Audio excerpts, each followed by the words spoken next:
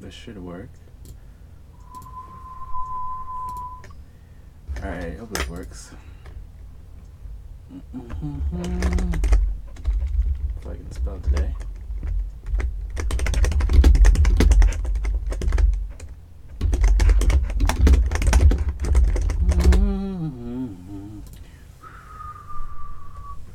I think everything's set up the way I want to. I need to make sure the chat works. The thing I'm gonna start doing is talking about the One Piece chapters, maybe in a stream format instead of like chapter reviews. We'll see how it goes. We'll see how it goes.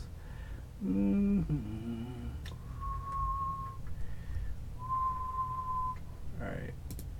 I need to make like a whole like overlay for this stuff. But I'll think about it as time progresses. All right. So let me see something real quick. Alright, we should be gravy. Where do you go to see if like it's live or whatever?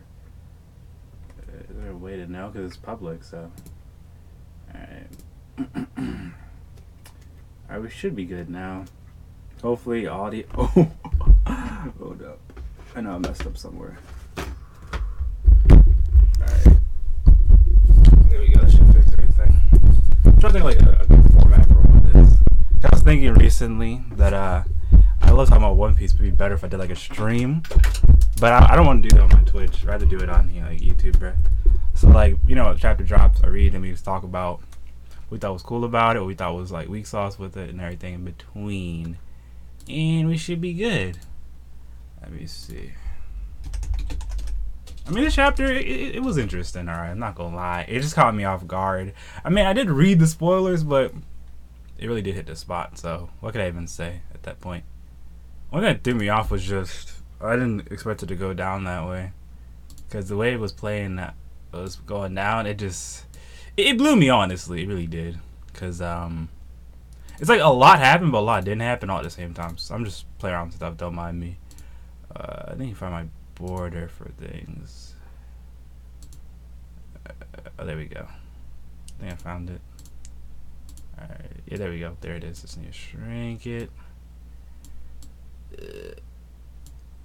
I wasn't planning on doing this. I just said I'll do it because why not? I got some spare time on me today. And now let's do this. If y'all in the chat, y'all can hear me well, let me know. Put 1 if the audio's good and everything's good. If things are bad, put 2, and I'll adjust from there. Oops, didn't mean to do that. This is my first time actually streaming to YouTube, so I don't know how this works. Never did before, so hopefully it can go well. At least I hope it will, but we gonna see. We gonna see what we can do. But yeah, like, funny thing about these chapters, they drop in like every time I'm trying to sleep, so it kind of messes my sleep schedule, but not really, all at the same time. So yeah.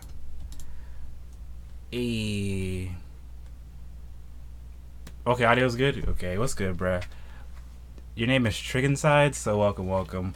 So how you think about the new One Piece chapter? I really enjoyed it, but it just, I don't know. Like, the way the spoilers were sounding, I was thinking something different was going to happen, more happened, but at the same time, this is good. There's 2 days before Reverie, and the way things are looking, that could explain why they probably let Blackbeard destroy their first base at Baltigo. Maybe the plan was, alright, Baltigo go down so they can move to Okama Kingdom. That's how you say it. Oh, it's Ronin. Okay, I see you, bro. I see you. Alright, bet. I think that's what they did. That was like the plan, bro. Because they did it that way, it makes more sense.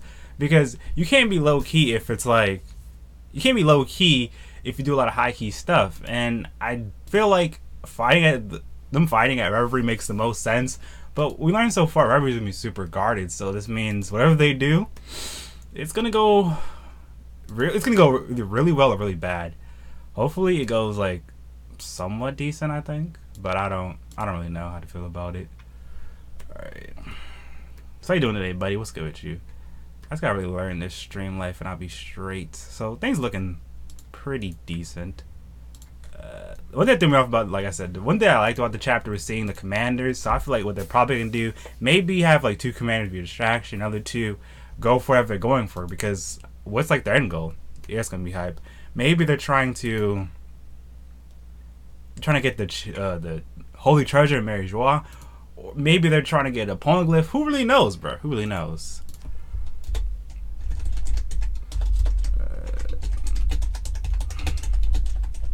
Hold up. My keyboard's kind of loud. But either way, I'm excited. I'm really excited. Because it's like, yeah, they want justice. And just seeing how the one commander, I think, what was her name? Belly? Or what was her name again? Let me look this up real quick. Yeah, the Celestials are corrupt. They deserve this L. But what makes me concerned is, okay, if they're going to attack at Reverie, what is the best case scenario? What's the worst case scenario? Because we got to know what we're working with, bro. Because if things go south, it's going to blow up in their face. But I can't see them doing something this stupid unless they had like a whole plan in mind, you know? It's going to be wild, bro. It's going to be wild. But what y'all think about it? Oh, Betty? Yeah, Betty. But I heard someone saying that she's an Okama. Worst case scenario, die. Best case scenario, the world government dies. True. I'm trying to go back to the chapter and see some stuff. Every time a chapter drops, I try to go to the One Piece wiki and see like what's their little notes for it. But we saw the crow guy, so that's pretty cool. So that was a good sign right there. Let's see. I don't think it's up yet, but I'll still look again.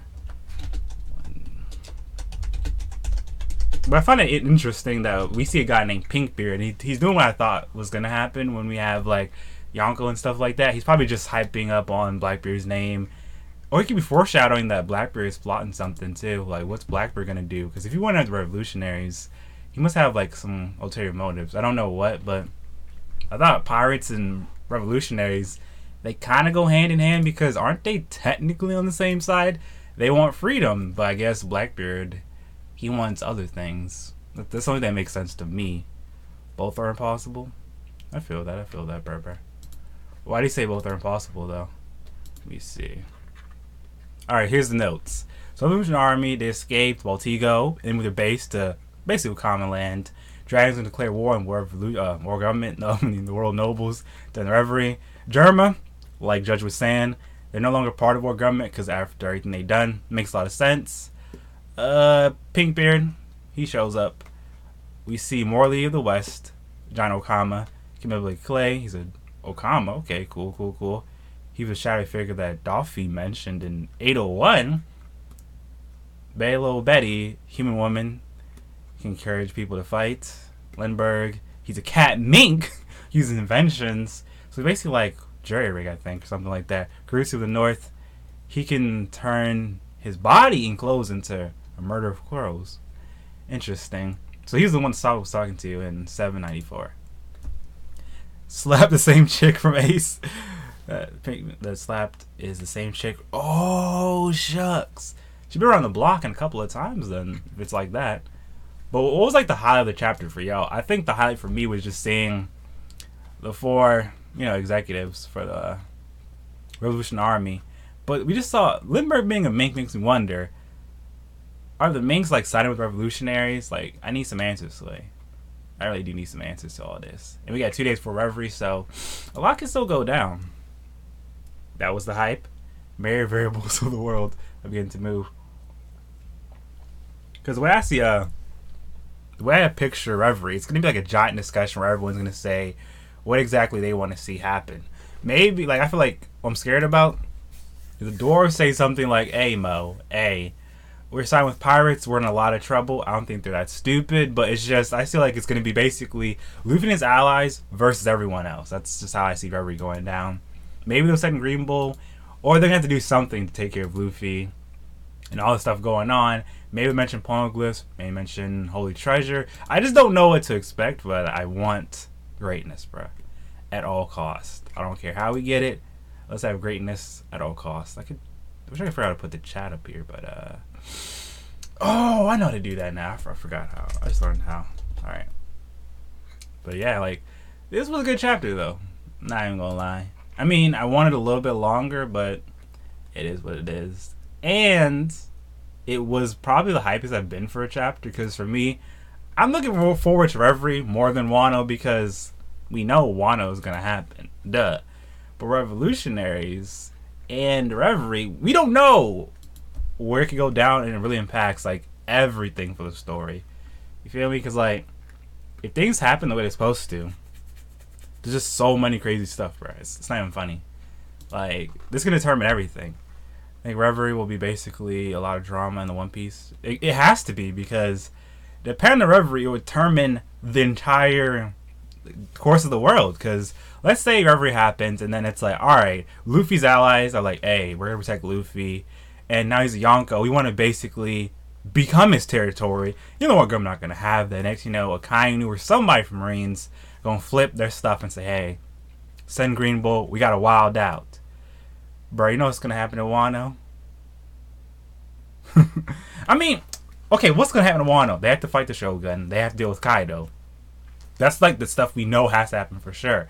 Hopefully that means we're going to see Zoro like go all out against the Shogun. But once again, I'm not older. I don't know what's going to happen. But it's like, well, Reverie, I don't know. I just want it more than Wano, because this determines like how the story will play out going forward. Wano's important, yeah, but just think about it in the long run. What really needs to happen at Wano? It's going to blow your minds. Zoro find 100%? What else? What else? That's what I mean. I feel like Reverie is important to the end game. So, depending on what happens here, determine what needs to happen going forward. That's why I say I'm more excited for, you know, maybe Wano. I mean, Reverie. Now you got me lacking, bro. Here you go, chat box. Alright. Let me put the chat box in here so I can just read it off screen versus this way. Alright, there we go. Alright, just type something. We should be good now. About Poneglyph, Kazuki made Poneglyphs. That also makes me worry about Robin, because at this current rate, I wonder, can Robin put in work? That's like a thing I keep thinking about day and night. Like, is she gonna, you know, she gonna carry, or like what's she gonna do? But I'm excited, honestly, for everything. It's just like, I don't know. For me, like, the beauty of One Piece is knowing like what's gonna happen next, how can it all play out. That's what always gets me hyped in the morning. Like, obviously I want to see dope fights and everything, but it's not, I'm not sitting here like, so what's gonna fight? Oh my gosh, I can't breathe. Hey, it works. That's what I'm saying. I would love for Robin to have some form of hockey. I don't expect it, but I really want it, because here's what I'm thinking. If Luffy is going to become Pirate King, which is a strong possibility, he's going to buy people on site, and the crew should be able to make you concerned, feared. Yeah, we're going to have a bunch of sword fights, because I'm thinking is, alright, think about this. If you see Kaido pull up on the street corner, you're going to be scared, right? If you are like walking down the street and Big Mom pull up on you, you're going to be scared, right? If you see Katakuri say, hey, I'm going to stab you, you're not going to be like, he's joking. You take it seriously. If I saw Nami walk down the street and say, I'm about to mug you, I'm going to be like, is this a joke? Because you can't be serious. I'm not even scared, really.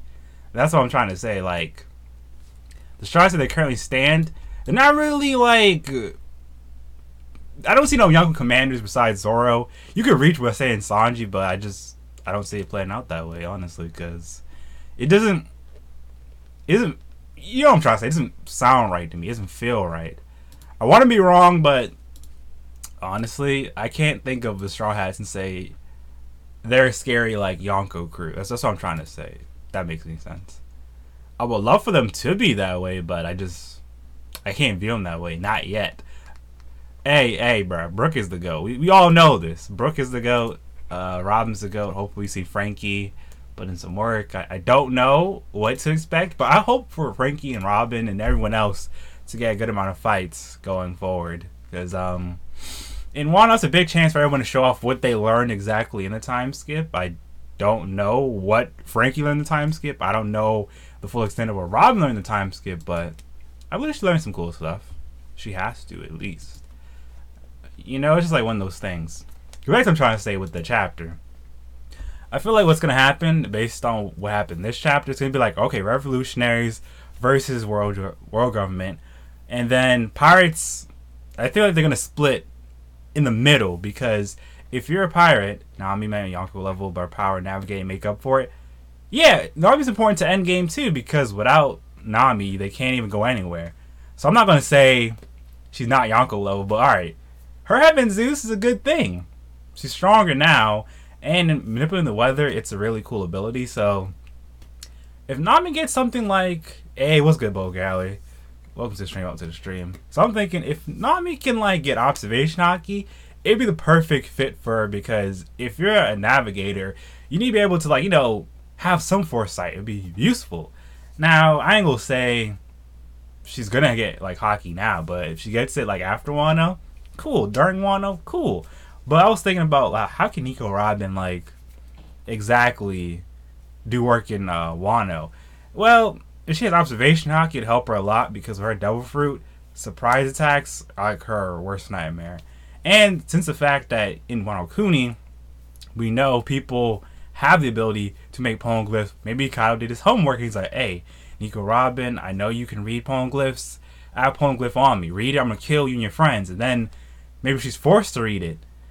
So it's like, if she could at least fight back or at least defend herself, cool. But I'm not really expecting it at all. It's just like, we gonna see. It's that kind of thing. We gonna see. Best way I can describe it, if that makes any sense. Because if Nico Robin has like observation haki, can you imagine, bruh? So that means, let's say she's just like, alright, she's like chilling, trying to read the poneglyph, and then she's like, wait, someone's nearby. Oh, and she just dodges. That'd be dope, bruh. It really would. It would be. But we gonna see. We gonna see. But it was like the one thing that got to you, Ronin, after you read the chapter. Like, what stood out to you? I mean, I'm not gonna lie, she did work in Dressrosa. I'm proud of her, but Dressrosa kind of reminded me of my fear I have with Robin. It's the fear. Okay, remember with Robin's devil fruit, every time she sprouts a limb, it's basically a real limb. So when people were walking on her arms in Dressrosa, they were stepping on her actual arm. So I'm saying, okay, let's say Robin tries to help Zoro or anybody during the fight in Wano Kuni, or any fight during Wano Kuni. Let's say she's helping Zoro guard against the Shogun. If she get cut by that sword, and it cuts like her arm or her leg, whatever she does, that's her real limb. So if she had like observation haki, it'd be easier for a fight, because that way, the worst case scenario, she could like, you know, roll out the way, dodge out the way last second. It would help her a lot. But if she had armor haki, I don't want her to have god tier armor haki. Just like basic, where it's like, if she get hit, she can at least block a good amount of the force, not feel like, oh, I'm about to get killed, or whatever the case may be. Like, I love her new ability of cloning herself, her giant limbs, but I think it'd be better with haki, because just imagine what she could do, bruh. It'd be wild. Came out Mount Floors with haki, bruh. That'd be lit. And that mean no more excuse for her not to fight, because she's gonna have haki. So it's like, you can't be like, well, she fights, she's gonna break her arm. No, she has haki, so it'd be better for her over time. Alright.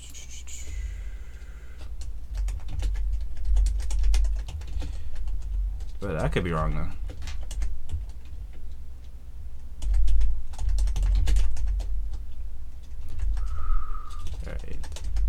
But honestly, I just want to like, I want to see Vegapunk. That's what I want to see, Vegapunk like as soon as possible, bro.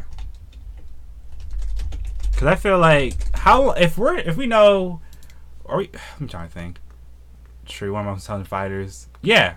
So if she has, I'm saying, if she has like observation haki, she can assist more in fights, and there'd be like no real excuse to say she can't fight back. Because if you think about it, when people wrestle, you have to in a way like imply what people will do. So it's like, let's say you're fighting somebody, you have to kind of like read them out. So if she gets either haki, it works for her both ways. I could see her observation haki more, but I love her to have armor, just so she has better defense. Because right now her devil fruit and defense, those two don't go well together. Because I thought about it, if you think about all the Nico Robin fights we saw so far, how often is she guarding or defending? You don't really see that. That's what I'm saying. It would be dope if she could do stuff like that, but it is what it is. Alright, so let me see. You set these alerts up, but I'm trying to think of something else about to say. Alright, so the reason why I say I want to see Vegapunk as soon as possible, I want to know what side is he on, because my gut is telling me he's technically a revolutionary, but he has to play it off. Yeah, Vegapunk. Because This is what I said. I think he's I feel like he's with Revolutionary. If you're a scientist, and the fact that we learned he, Caesar, and Judge went through a lot of stuff, I feel like they have a lot of reasons not to like the world government. You think that he has the last role poneglyph? Well, if he did, I wouldn't be surprised, and that's how the arc will start. Ooh, that would make a lot of sense because they would have no reason to actually search for it for him. Because the way I think it works, maybe what happens, Vegapunk is in his little lab, right? And he just makes stuff, and then they're like, okay, just give us your latest inventions. We'll leave you alone, working whenever you want, and that's how things work. So what happens sometimes is maybe when he thinks he's not looking, he just does some crazy stuff. Has his notes hidden somewhere. Because remember, Frankie found in his old lab some cool stuff. So I'm thinking, how come more government didn't know about this stuff? Maybe they already did know. So it's just, I don't know. When I think about him, I just feel like he's probably one of those guys who likes his alone time. And he probably made a deal with the world government. Hey, I just make my inventions, y'all can use it, but leave me alone. Don't disturb my lab time. Because I was thinking, okay, Caesar got caught up with the world government. Same thing with Judge, because Judge ran away. And Caesar also dipped out, but he's still with them. But he never, we didn't see him before yet, but we haven't seen no signs of him saying, hey, Vegapunk loves the world government, and he really sides with their morals. We never heard anything like that or see any hints. So I'm thinking, this man is going to be very interesting.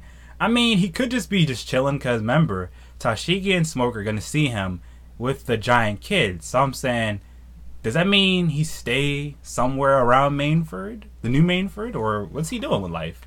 I just need that closure, bruh. I don't got the answers, but I would love to get some. That's how I feel right now. But yeah. And the way things are looking, I could really see, while the strides are going to Wano and Wilding out, maybe it'd be like a switch. So it'd be like, we see a little bit of Reverie, then we go to Wano, then we see Revolutionaries, and that's how things play out. But knowing Oda, it's like I feel like I like it better not knowing what to expect. World government may have found the world poneglyph and kept it secret, so pirates wouldn't go after Raftel. Ooh, that makes a lot of sense. I can see where we're going with this. Because, to my understanding, I don't think the world government, they're not afraid of pirates per se. I think they're afraid of what pirates symbolize. So if he did have it, it does make their life a lot easier, because that means all that happens is they're chilling, living their life, doing their thing. Next thing you know, hey, Vegapunk, hold this for us. What is this? It's a world poneglyph. If you have it, the pirates can't find Raftel. So here's what we need to do for us. While we sorry about that. While we figure out ways to, prepare for the great war that's gonna happen when or if they find the, last island Raftel, just safeguard for us. You don't gotta do anything to it. If you destroy it, maybe give you some reward, something along those lines. Because to my knowledge, if you're an inventor, what reason do you have to side with anyone? It should be your inventions first, and then everyone else is like a side factor, not really a priority. Because I'm thinking maybe like Vegapunk's like the opposite of Caesar. He's calm and collected, but he probably likes his alone time. So maybe, like what you said, it's a strong possibility. Because think about it, if Kuma is revolutionary, he hates the government, why did he decide to work for them? Maybe he was like, alright, I can't know about Vegapunk and his actual intentions, so I gotta stall. I guess I could work for them and, do something. That's the only thing that makes sense to me. Because if I was him, I would never want a single thing to do with the world government. Because some people was disgusting, especially celestial dragons. I mean, I understand the hierarchy system's kind of weird, but why they want to continue with this hierarchy, to me, it doesn't make any actual sense, because no one really wins.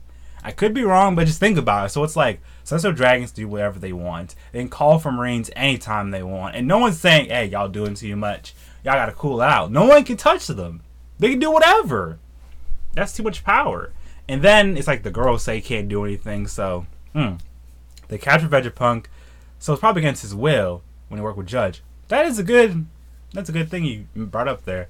So knowing the worlds, it does make sense if this is how things played out, right? So maybe here's what happened: Judge Vegapunk and Caesar all worked together, right? And then at one point in time, they're saying, guys, I just realized something.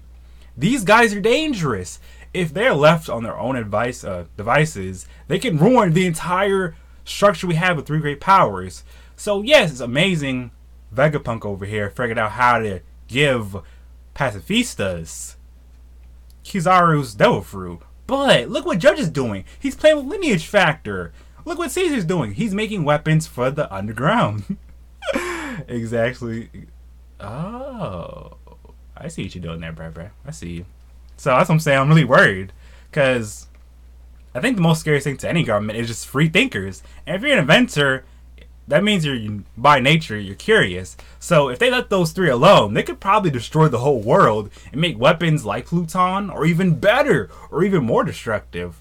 So I think it makes sense why Judge did his thing and he wants to reclaim back his home North Blue. Caesar out here, he probably said the best thing to do is side with the Yonko, so that way the world government will not gonna touch me. They're not gonna leave me alone. That's why they killed Tom. True. And then Vegapunk, he was like, look, y'all got me. I'm not trying to get caught up. I'm not trying to go to jail. So what y'all want from me? What do y'all want? And then he was like, all right, so I'll make y'all this deal. I'll stay here.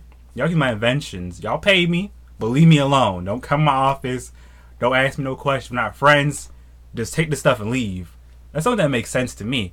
That explains pacifistas and someone like Kuma. They all didn't choose this lifestyle. They just made a decision that fit the time. Because they knew either way, an L was coming their way. And remember, the world government, they don't like people knowing about their secrets. So I could really see them like pressuring everyone like, hey, if you do anything we disagree with, we will kill you. Just know that now. I can see it. Whew. Nothing like talking about One Piece, bro. It always gets me lit inside. Always. I know I'm kind of rambling, but that's how I get with One Piece. It always gets me lit inside. But that's why I say, like, for me, favorite part of One Piece is learning how the world works. Because so far, it just looks like, here's the three perspectives. It's world government. They're paranoid. They want to control the power they have by keeping citizens in this false sense of security. Because to me, Marines are worse than pirates. Because, alright, they do stand for justice, but can you imagine you sit here in your town and you have to worry if any pirate comes near your town, you get Marines pulled up to the scene questioning you, saying, hey, if you don't snitch, you're going to jail. That sounds terrible. Going impel down, whatever they call their jail. Hey, what's good, Icy? What's good, bruh?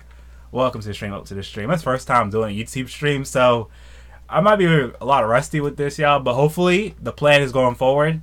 Every time a chapter drops, if y'all like this enough, we're going to just have like a live stream about it. What about Pinkbeard? Do you think we'll get more colored beard pirates? Hopefully we'll see Bluebeard. We'll see Graybeard. We'll see Orangebeard. Yeah, hopefully. Revolutionaries need to know that they got the Marines and Sea Forces to even lay a finger down. And they barely handle Blackbeard. Well, I see. Here's my explanation to that. I think the way the world government works is pretty similar to like real life government. Yes, they have power, but they don't have all the power. So maybe it's like this. Revolutionaries are like rich politicians. If they give you the guap, you can't be like, y'all can't be doing this no more. Y'all can't make those moves no more. They're paying you off, and you're bosses, and they own you, so you can't say no. So maybe what happens, Celestial Dragons, they just sitting there in their little, wherever they stay at, I don't know where they stay, Mary Joie, right? And like, hey, we want to go buy some slaves, we want to go do some stuff. And I bet the girls, they want to say, no, you guys can't do anything, y'all need to stay where you are. But what happens, every time they make a move, yeah, I think pirates and Marines are equally as bad. I don't see how Wargrim's worse than Jack or Pinkbeard. Okay, yeah, that's what I'm trying to say. It's like, I think it's like this: the royal government is like the real government. A lot of people have power but don't actually use their power, so it's like they're just trying to keep a facade going best they can. Pirates are like kind of like real criminals, but not really. Like, they just want freedom. And Marines, they're saying, well, we just want to maintain some form of justice, because Marines are just like real police officers. In their minds, they're not doing anything wrong. They're just following laws. And who made laws? man. So you can't get mad at both sides. It's just like, pick your poison. You are a criminal, you do what you want to hurt people, or you're on the side of justice, you got a gun. If anyone tries to stop you, you can just say, hey, I'm just doing my job. So I feel like it's a weird dynamic. And that's why we have stuff like the Yonko and the Warlord system. But I want the Warlord system to go away because I thought about it like this. The Warlord system to me is like a bad idea. Shanks, Luffy, and one of the only good pirates. I would say also Roger, because think about it. Also Whitebeard, because Roger, Whitebeard, from my understanding of what we know about them, they weren't looking for trouble. They just wanted to chill, live their life. I mean, yeah, Roger did, start some stuff, but at the end of the day, it's not like he said, hey, everybody, go be a real pirate, pillage people, rape people. He didn't say any of that. All he said was, look, y'all want a treasure? Go ahead and find it. Y'all good. That was a good way to, I think, do everything. He turned himself in. Not like he just ran, and then before he died, he tried to grab somebody, shank somebody up, rob people. He didn't do any of that stuff. So it's a very interesting dynamic. That's why I feel like the world government, they're kind of getting their medicine. Because if I was Goro, say, the second I noticed the pattern, hey, every time we just chill, Celestial Dragons are doing a lot, so we gotta calm them down. He destroyed a city, but Shanks would do the same thing. So this thing about what Shanks, Roger, Whitebeard, and Luffy do. Anything for the homies, but what's worse? What Roger did or what Jack and Kaido did? Jack literally was torturing people. Being a pirate is about being free. But he chooses that freedom is very different. Exactly. So that's why I say it's kind of like One Piece in a lot of ways is similar to like real life. So if you want freedom and you do a lot of wild stuff, you can't put everyone to the same standard. For example, it's like I was saying earlier, when I see the Straw Hats, I don't see them scary like any other pirates because, for example, if Nico Robin walked down the street and she said, hey, I'm about to shoot you up, because I wouldn't take her seriously because she's not a bad person. And I don't think she would just do that for no reason. But if Big Mom, Kaido, Blackbeard did it, I would be like, oh, now I gotta get out of this town, bro. It's not safe in here. Because think what happened on Big Mom's island. People live there, but they fear at any moment Big Mom could go AWOL. But they still stay there. So it's like everyone's just trying to pick their best poison. That's why I feel like the whole thing about Reverie, that's why it's so important. It's kind of similar. Well, it's not really similar to Election Day, but I feel like it kind of is. Because think about it. The point is, morality is subjective in OP. None of the pirates are angels, devils. We all hated True. Burleigh, I respect her now, because, like, I think all Big Mom pirates aren't bad people, per se. It's just, like, best way to describe them, they're kind of like, they didn't choose a lifestyle, it chose them. Because, so far, being a Big Mom, a child of Big Mom, is like the weirdest thing ever. It's like, if you do anything, it's the worst decision ever. If you don't do anything, you're screwed. Because think about it. They all know how bad Big Mom can be, but no one can stop her. Because if they do, they may get killed, like Moscato, Opera. But I'm also thinking, if you're like Katakuri, you see Big Mom wild, you can't be like, oh, mama, it's time to have a little talk. You're doing too much. I understand. Exactly, Thug Life chose them. I understand that, yeah, you did your thing, this is your island, all your queen bee, but we matter too. We're commanders. So what we're saying is you can still do you, but can we at least make our own decisions as well? Because remember, Katakuri's not like he's 12. This man grown. He could be like, hey, ma, I'm trying to live my life out here. Let me just go outside real quick. I'm just going to visit new islands. That's cool? All right, I'm going.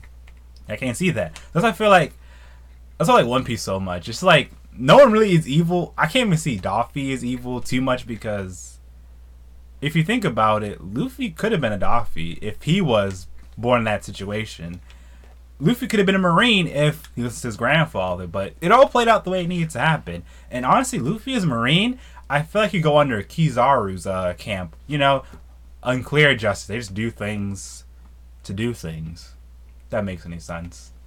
So, why don't y'all, yeah, I'm trying to do this like, Caesar. Yeah, Caesar's evil. We don't forget that. I don't like Caesar, but I feel like he's a funny villain. Ever since Punk Hazard, this guy was just straight entertainment for me. Yeah, Doffy was just about his homies, bruh. He was loyal to the squad. Yeah, okay, you're right, I see. I feel like Pudding's situation is, I think Pudding's supposed to be, You heard of social dramaturgy, where you basically act different depending on who you're around? That was basically Pudding. So the way Pudding was, she felt like when the squad, like her family, pulled up, she had to be strong and tough, because if she didn't, they would take advantage of her. But on the inside, she's supposed to be a vulnerable person. But the way like everything was playing out, some people saw her as the sweet, innocent Pudding we all love. Other people saw her as that disgusting Pudding that we all hate. So she was a lifestyle. It kind of shows her. I guess you could say that. I guess you could say that, Nervo. Caesar having a good side? I disagree. I mean, only thing good about Caesar, he's just like anyone else. He just wants the henny, females, and live life. But Pudding, I can't hate her. Just think, life done her dirty. But I feel what I'm really confused about is the Lola thing. It doesn't add up at all. Cause you like Pudding. Cause what's confusing about the Lola thing? Why did she say if y'all ever get in trouble, hit up my ma? Like, what happened? Exactly, Caesar, he's coming around. So if Caesar becomes Nakama for real, I would be confused. I'd be like, why y'all want this man? Y'all always doing him dirty. If he was, he'd be like just the comic relief. Like, everyone's pick on Caesar. Exactly, because y'all gotta remember, Robin and Frankie, they start off as antagonists, so having Caesar for Nakama, it's not like 100% impossible. I just don't want him. Here's what I'm saying I would want. I'd want Carrot next. We don't know how young Lola was when she left. You're right, but look at the flashback. The flashback that Pudding had. I'm gonna get. How old is Lola anyway? Let me look this up real quick. I gotta look this up, because I'm not even sure how old this girl is. Lola. Okay. Lola is 26 after the time skip. So that means, let's see, how old is Pudding? How old is Pudding now? Pudding's like 16, right? So maybe she left when... Well, I think Big Mom's a good mother because she left before Big Mom got mad. Lol. I mean, here's what I think happened, right? So you're right. That actually makes the most sense. So maybe here's what happened, right? So maybe here's what happened. Lola left exactly the same time that they used Cliff-On's replacement. So yeah, she's like 10 years old. Somewhere about that, because that makes sense. So maybe that's what happened. So Lola was out here chilling, right? 14. No. Okay, 14 maybe. Yeah, probably late teens at least. Because I'm thinking, based on the way they told the story with Cliff-On, it's like this. So Lola got proposed by Loki, and for some reason she's like, you know what, I'm my own man, I'm out. And she left. And then we learned, since she left, Cliff-On was supposed to replace her, but I think Loki somehow, he at least knew kind of how Lola works, so he could tell the difference. Because even with twins, the personalities, they're not exactly the same. So maybe he was sitting here like, well, you're not Lola, because Lola, I know, she smiles a lot, she's carefree, she's bubbly, you're just nervous, you seem more stern, you're not Lola, you must be her twin. And that's how the beef started. And that's why that was the first sign of Giant said, you know, you don't like Big Mom, she really is irritating, bro. And that's why I think mentioning Lola, I've seen Cliff-On's face triggers her so much, because as soon as she sees them, it's like she remembers the time we're supposed to be like, dang, yo, that deal went terrible, all because Lola ran away. And let me look this up, because I feel like she literally just ran away right before. Aha, okay. She was Minister of Chocolate, and it says she ran away after being arranged to marry Prince Loki, because she wanted to marry for love. Alright, so that's very interesting. Yo, dipped. So I'm thinking this would happen, right? She was sitting here cooling, right? She's like, I have to marry Loki, but you know what, I don't want this man, I'm trying to find my own love. And then I guess she just made her way to throw the bark over time. It's kind of funny how that all played out to me. I want to hear like the full backstory eventually when we see Big Mom again, and we see like how everything came together. Cause I feel like that's only like half the story. Cause I know Big Mom is petty and all, but remember, it seemed like she tried to make up with the Giants at least 3 times. So I feel like the Lola thing, that was attempt number 2. You remember when Skypiea, where do you think the Beanstalk starts at? I feel like it either starts like at the bottom of the ocean, or maybe it's like on some island growing. This one that makes sense to me. Cause I don't know, it's just like One Piece geography. It blows me a lot when I think about it, y'all. Cause it's just a lot going on, but at the same time, I feel like where? Let me see. Skypiea. What island? That's a tough one. Let me think about this. Skypiea.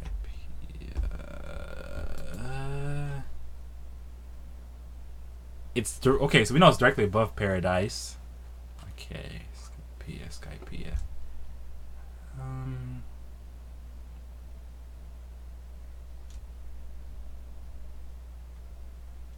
I have no idea what island to say because it's like I don't know.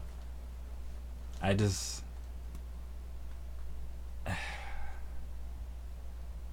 have no idea if you even imagine where it'd be.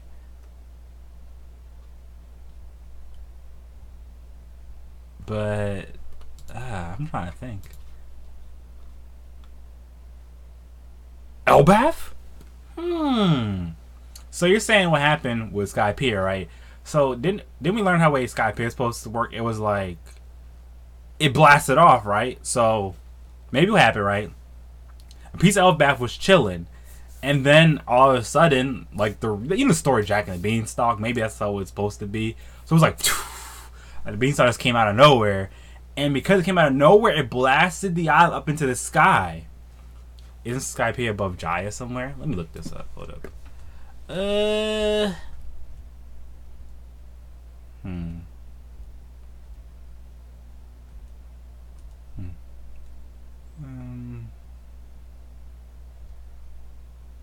me see. Paradise. I'm looking at the map, and where is Jaya exactly? If anyone remembers where Jaya is. So islands within the Paradise: Reverse Mountain, Cactus Island, Little Garden, Kyoka Island, Drum Island, Alabasta, Jaya. If it was, because look, it says Jaya and Skypiea, so maybe they are connected in some way. Yo! Okay, I'm looking. If you look at the map of Jaya, it's like a big old piece missing. But it doesn't match up the piece of the piece of Jaya got knocked up in the stream. Okay. Yeah, Elbaf is in the New World. And it'll make a lot of sense because Elbaf put together the right way we call Fable. So a piece of Jaya went up somehow, but couldn't have blasted. It got knocked up by the stream. Couldn't blast all the way to New World. It's like ground level. Beanstalk's diagonal, so I think about it. It's directly below Skypiea. When we see it at Jaya. Ooh, y'all really out here with y'all clues. This is very interesting right here. So we didn't see the Beanstalk near Jaya. So it means it's. Whew. Okay. This is getting kind of. This is actually getting interesting. Okay, so I'm looking at the Jaya, right, and it says over half of it was launched into the White Sea by a knock-up stream. So only part of it is visible where the skull mouth remains. Alright, so I guess you can infer based on that information the White Sea has to refer to Skypiea. It has to.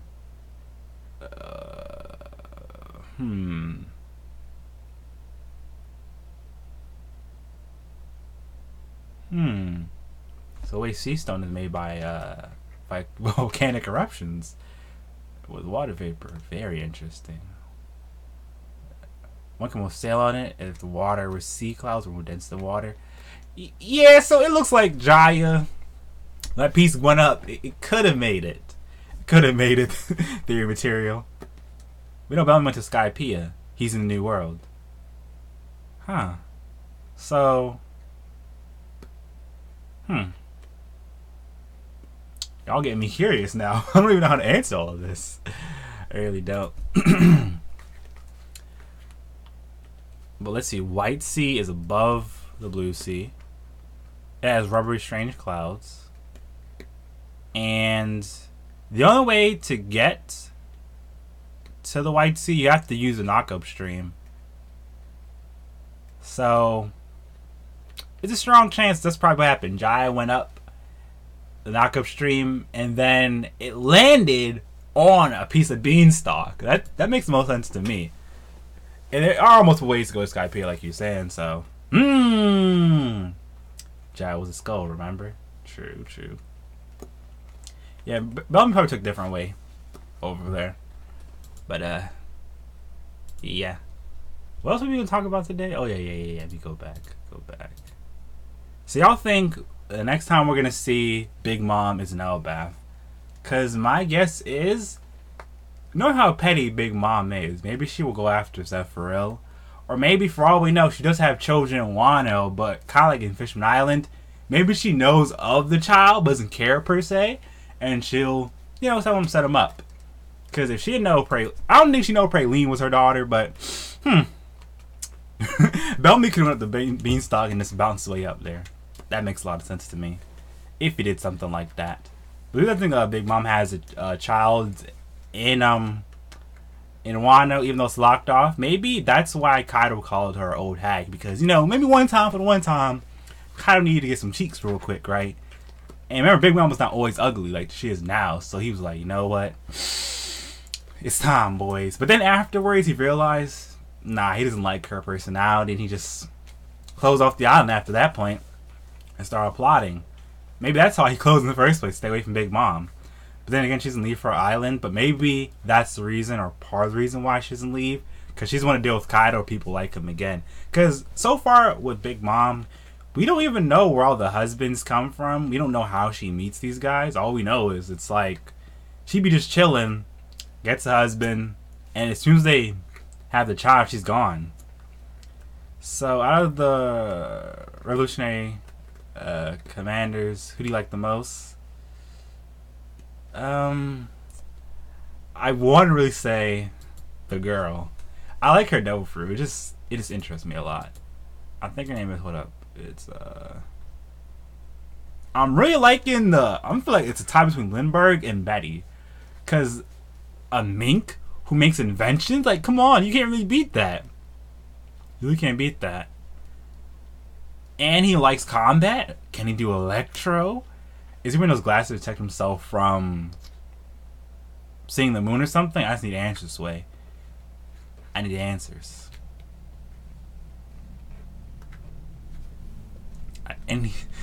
I like scientists. That's why I feel like I like him the most. And I just like his design, bro. It amuses me a lot. It really does. Same way she met Judge. It's all about politics. Alright. So, here's what I'm thinking, though. If she had a child with Kaido, do you think the child is strong or has a really cool ability?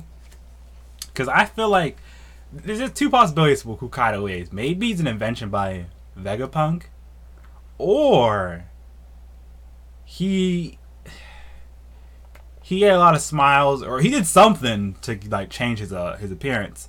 Because keep in mind, the thing with Kaido is he's been captured before by the world government.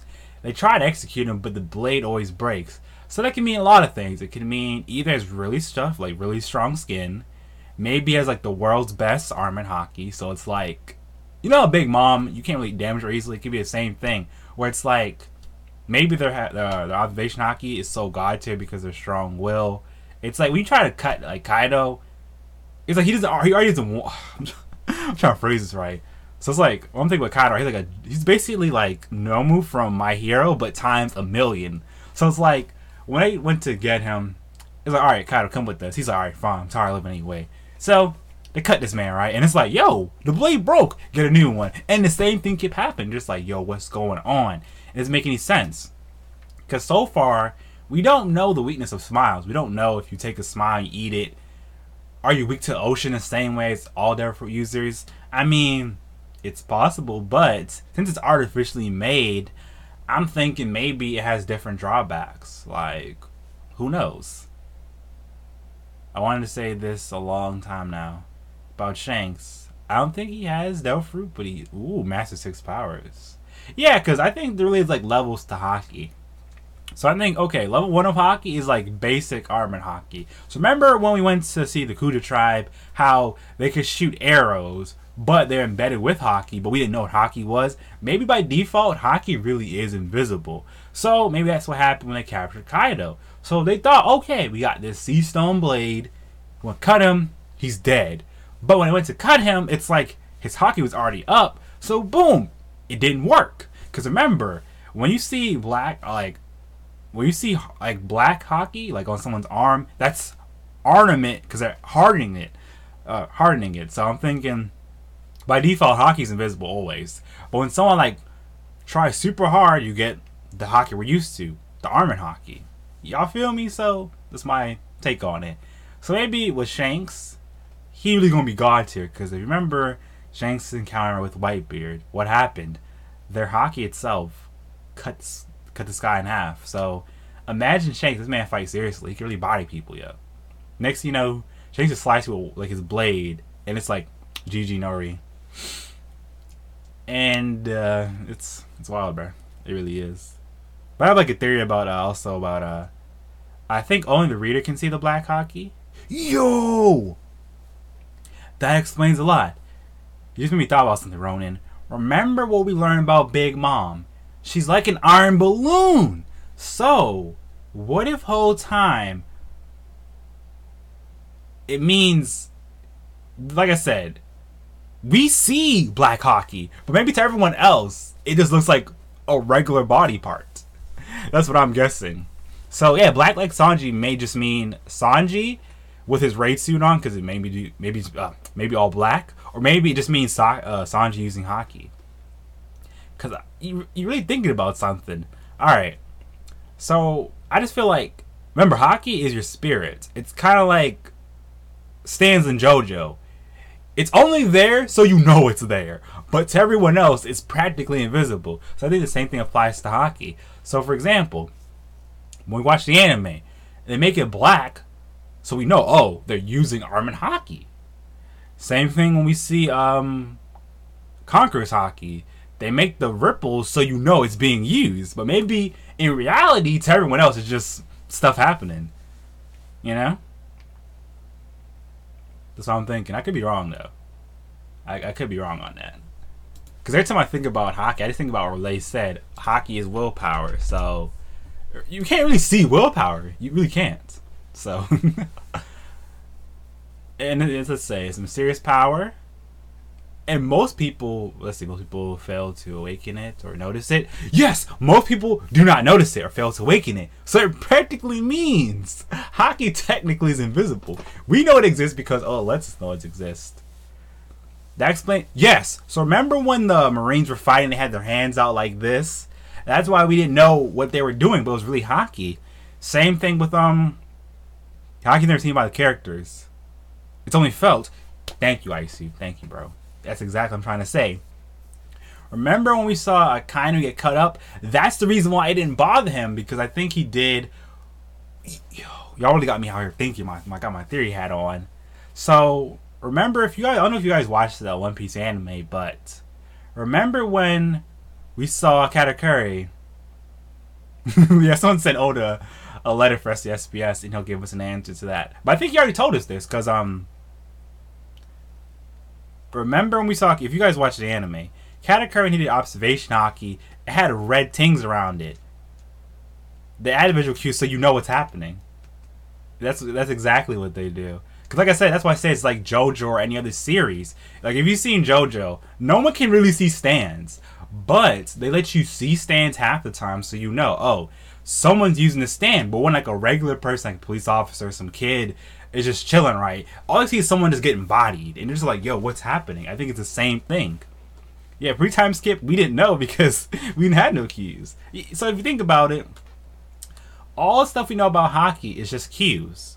So that's what I'm saying. I think when you see armor and hockey like in black, Oda does it so you know, oh, they're using it. But I think naturally you don't. It's just like pre-time skip. To anyone who doesn't know what it is, it's invisible. But if you know it's there, you can feel it. You don't gotta see it. Yeah. No, but Isu, what I'm saying with that is, yeah, sand users see it. But that's what I'm saying. Like, it's a parallel where it's like we know it exists because the story allows us to the story lets us see it. But I think it's like the same thing. It's like you can't see willpower. You really can't. All right.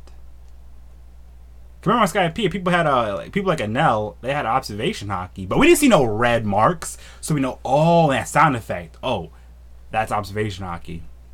Same thing we first saw it at Mainford. We didn't know what armor hockey was, but now we know it's been used. That's what I'm saying. It's like it's a cool thing. All right, so it says, let's see.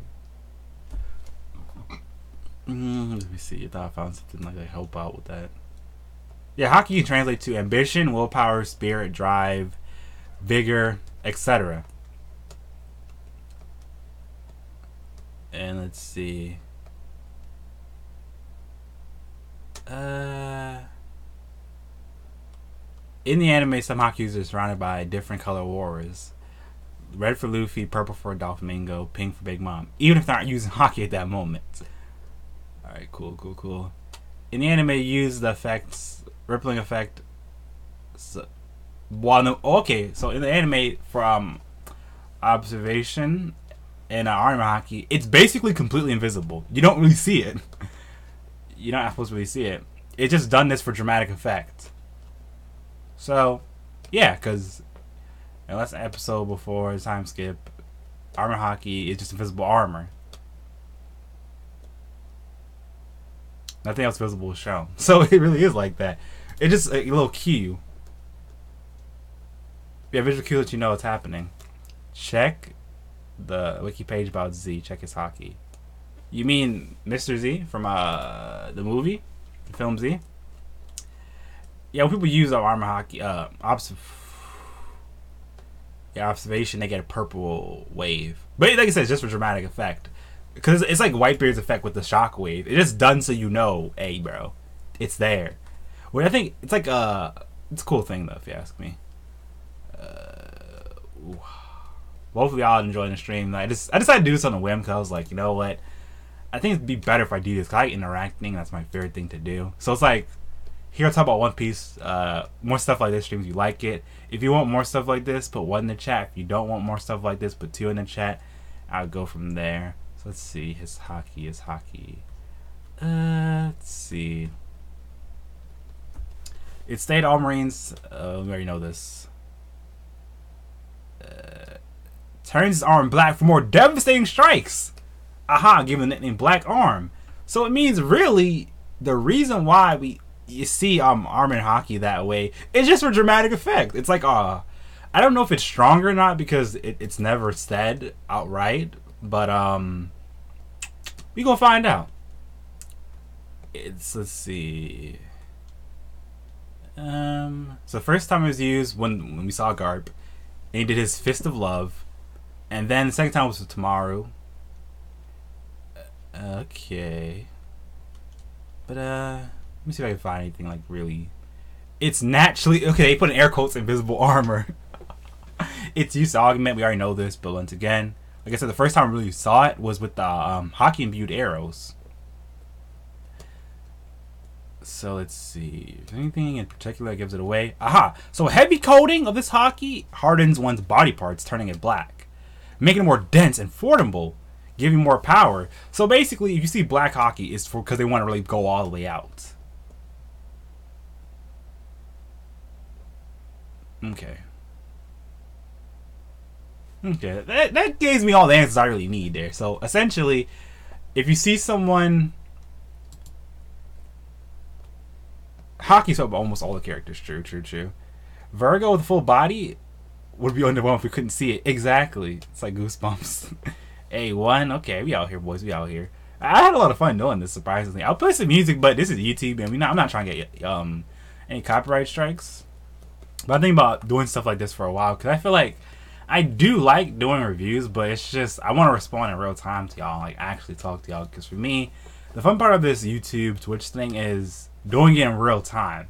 Like, yeah, it's cool reading the comments, but sometimes it's like when y'all comment, I'm asleep, or when I'm awake, y'all asleep. So it's like weird timing things out. But yeah, it's always a good time.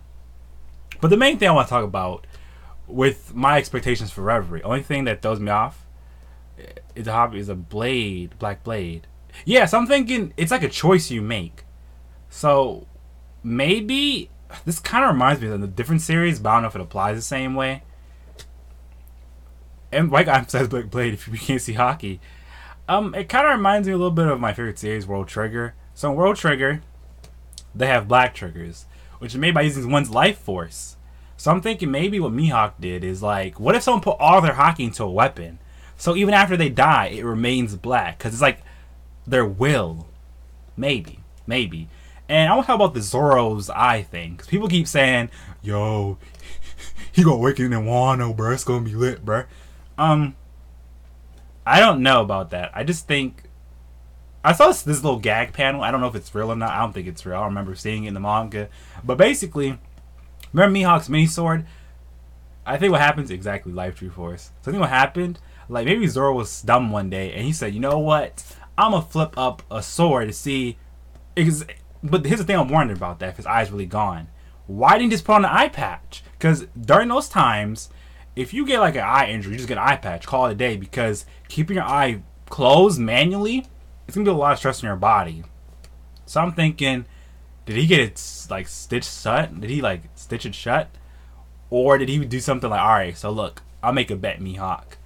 I'm gonna flip up your little mini sword, and depending on how it goes down, depending on when you do a certain thing, and then maybe cut. Because I can find the panel, but I don't think it's real. It's like Zoro flipping the sword, right? He cuts his eye, and it's like after that day, Zoro lost something important. Every time I find it, I start laughing, but it's not an official panel, so I can't even use it for real. Like, I don't know who made it. I don't know what it was. I've only found like once or twice, but it's hard to find now. That's what I say. I don't know how I found it. I found it by accident one day. But I just think he actually lost the eye, honestly. But knowing the person Zoro is and injuries, he probably said, I don't need an eye patch, bro. I'm good. I'm really good. I find that joke panel again, bruh. Because like, every time I see it, I start laughing. And hopefully we'll see a Zora in Wano. But who knows? You see. Yeah, because keeping an eye closed like that should be a lot of pressure on it. That's why I understand people making the Zoro eye theories, but at the same time, if that was the case, how is he keeping the eye closed, bruh? You can't keep it. That's like, imagine like closing your right eye, like you're trying to blink, and you just do that all the time. That should be exhausting. He probably just lost it. The training technique. The same scar. I think it's an honor thing. Well, if you think about it, that does make a lot of sense. Cause alright. So like, what if that actually happened? Mihawk's like, hey Zoro, you know what? You lost your eye, but let me tell you a funny little story. That will help you improve your hockey. You found the joke panel? Yo, send me that, bro. Send me that. They DM me that, bro. The panel always makes me laugh. Oh, shucks. Because remember, if hockey's tied to your willpower, it basically means the more you want to do something, the stronger you should be. So if Zoro was really serious about, surpassing Mihawk, that'd be an interesting test of courage. But if that's a test of courage, it's wild. Yo, give me the panel. But I'm telling you, like, I don't know if it's a real one or not. Like, they train with one eye. Okay, but here's one problem with that that idea. It's for the clout. One problem with that idea, Ronin. Like I said, I looked this up. Keeping one eye closed manually it takes up a lot of concentration, and it's gonna hurt like crazy to do that. It'd be a waste of time. Yo, you found a panel! You really found the panel, bro. Yo. Every time I see... But here's the thing, though. I don't know if it's official or not. Every time... Every time I see it, I don't know if it's real or not. I'm trying to, like, really think about this. Like, how is this real? Can I search for this object? I really want to search for this, but I don't know how. Alright, I'm gonna try to see if I can show y'all this.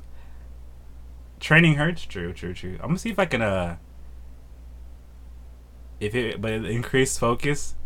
Yeah, but I don't know. I don't want to believe it. Alright, can y'all see this, or can I zoom in some more? Let me see. That's why you doing this type of stuff, bro. But as y'all can see, I don't know if y'all can see. Look, this is what I'm saying. Like, this makes the most sense to me. And look how it ends. That day, part 1, Zoro lost something precious. It just makes sense to me if that was the case. Because Zoro would do something like that. Because remember, when he met Tashigi, he threw up his sword and said if luck really works, it won't hurt him. But it just...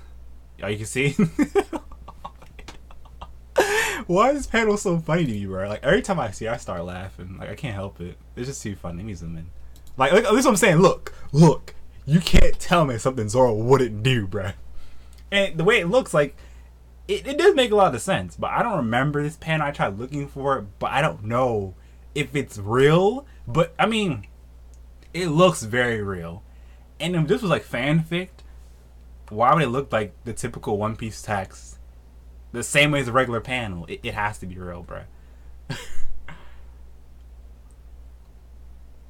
I just feel like this is real. My guts tell me it's real. I keep saying it may be fake, but I was thinking, if it was fake, yo, how would it be fake? Oh, shucks. I don't know, that panel, it always blows me, bro. Right, I thought at first I was tripping, but it's real. But I'm wondering if, let's say Oda's holding that for 1 day, why do you wait till Wano? What's Zoro gonna do? It's time to use my training, boys. I've been holding this eye back all this time because Mihawk told me to. Let go.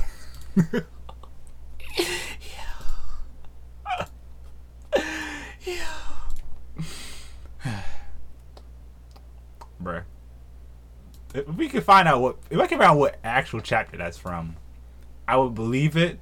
But the thing is, like I said, I don't know. I feel like it has to be obviously during the time skip, but what page? What page is that, bruh?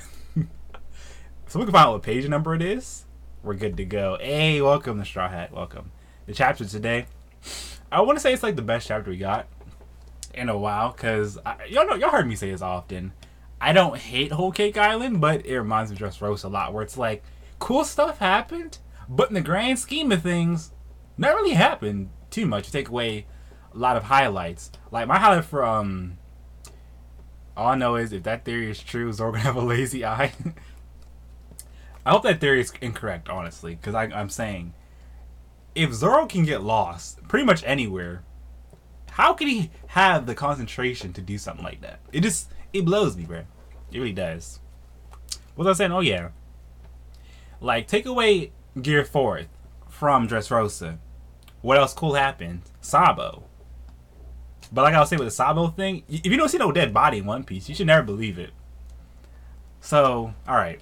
Sabo, Ace's Fruits, Smiles. That was the highlights of Dressrosa. The highlights from Whole Cake Island that we had, it was... We learned exactly how dangerous Haki can be, how scary Yonko can be, the dangers of a Yonko commander. Zoro meditates. True. What else? Yonko commanders. We learned what I like that about the Whole Cake Island as a whole. It gave me the thing that I really wanted to see, which was what Law said in Punk has, if y'all remember.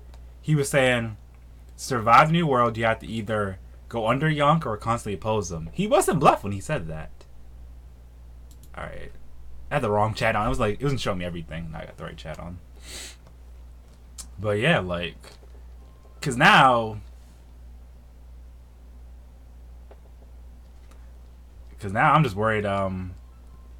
So Nami people gonna go under Luffy just to get some clout coins real quick, then dip right out, betray him. But I really feel like because now Luffy's considered a Yonko, I could easily really see them sending Green Bull. Sanji guys, exactly. Sanji got his girl after what? Sanji is like 21, so after 21 years, old boy finally got his girl. Yeah, I think Sanji's like 21 years old. He's either 21 or 22, something like that. He is. I was right. He's 21. He went through all that hell. He probably got a girl, bro. Shout out to my man Sanji. Like, if y'all didn't know, I'm a Sanji stan. Like, but I'm a low key Sanji stan because my favorite characters on the crew, it's Nico Robin, then it's Brooke, then it's Frankie, and then it goes from there. But yeah, like I like all the crew, but it's like Frankie, he amused me too much, bro. Like, everything was introduced, that man was too funny. But like I was saying earlier, I'm just worried that in Wano, what if Nico Robin doesn't get shine? Frankie's getting no shine, so it's gonna be a wild time regardless, bro. It's gonna be a wild time regardless. But I do feel hyped for Reverie. A lot of stuff's gonna happen, and I honestly can't wait. I can't wait for real, for real. It's gonna be a great time. It's gonna be a great time. But what do y'all want to see from Reverie and Wano in particular? Because I know a lot of people, they want to see a lot of crazy stuff. What do y'all want to see particular from Reverie? Like, I would love to learn about the Void Century. I don't think they're going to mention that in Reverie, but I feel like someone's going to hint at, hey, the Holy Treasure of Mary Joie, what is it? Or reference how important it is, because it would make sense. And maybe mention why they don't invite certain people. Because now that Judge can't go to Reverie, what's he going to do now? Alright, thanks for stopping by. Appreciate you, Ronin. Enjoy life, bro. Eat your ramen noodles, all that good stuff. You don't care about Revolutionaries. What you mean, cuz? What you mean, bro? So what are you hyped for then, Icy? I'm curious to find out. My bad with that, y'all.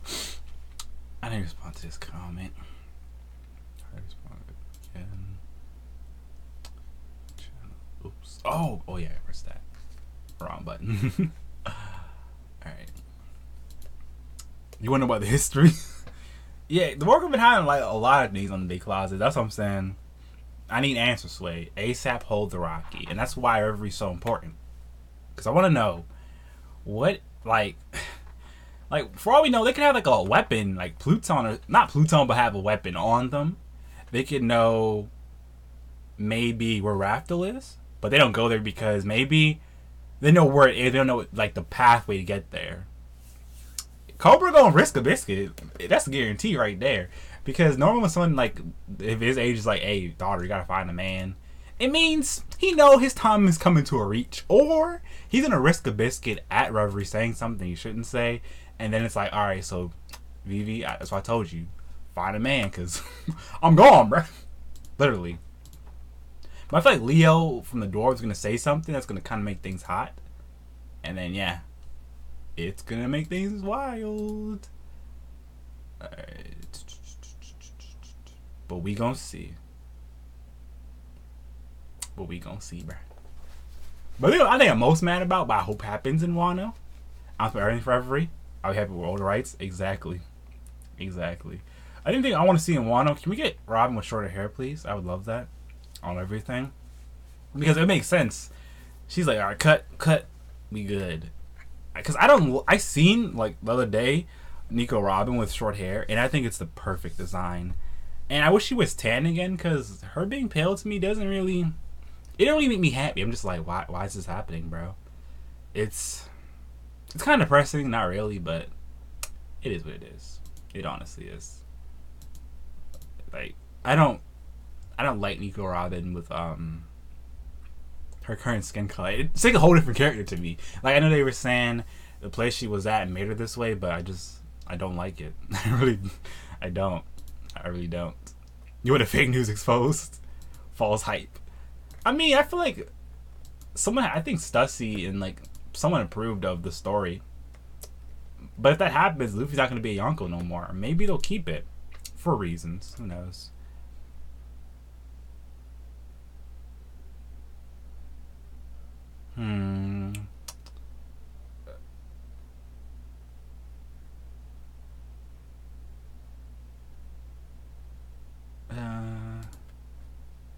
This is a wild comment, bro.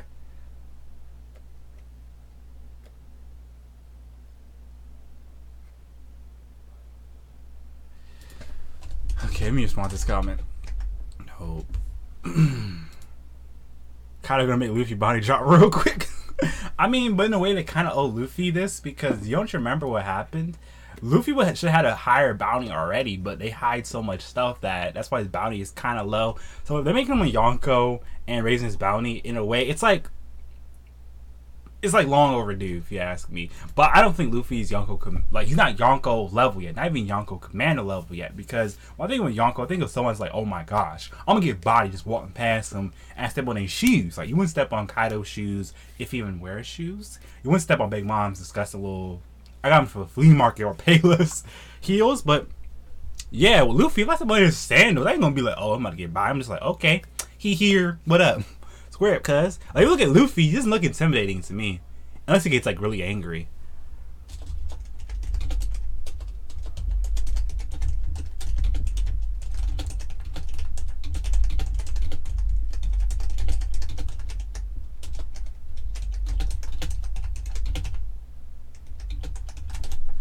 That's all I could really say to that comment. I ain't trying to feed you no more than that. I mean, it's a ruse throughout the Yonko take down Luffy. It worked. But only Blackbeard saw it through the BS. Maybe Shanks knows, but he's saying it's still a good thing for Luffy in general. Because think about it, if they're going this far for little Luffy, it's just like, wow. It's kind of cute, but kind of annoying. I think I responded to everything now, so I want to like.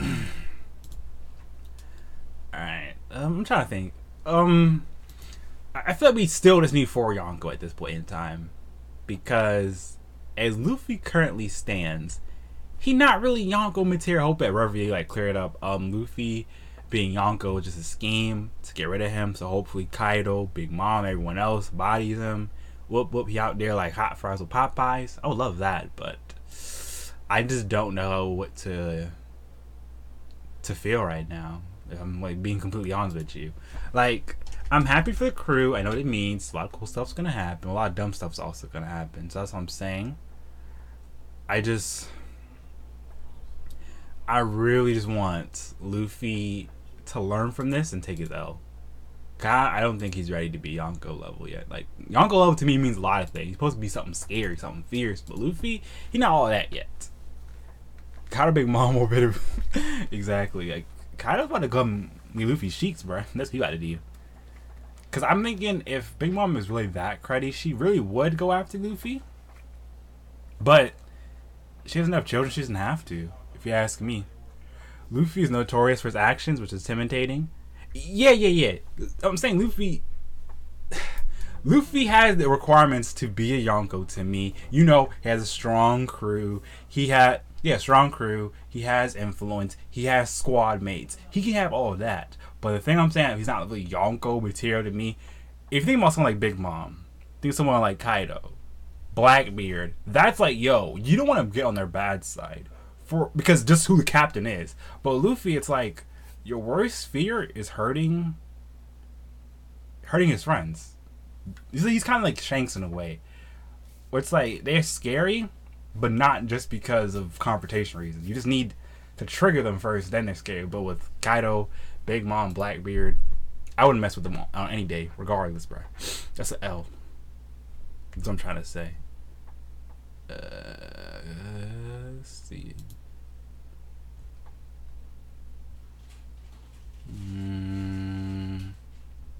I don't qualify for that yet. Let me see what else.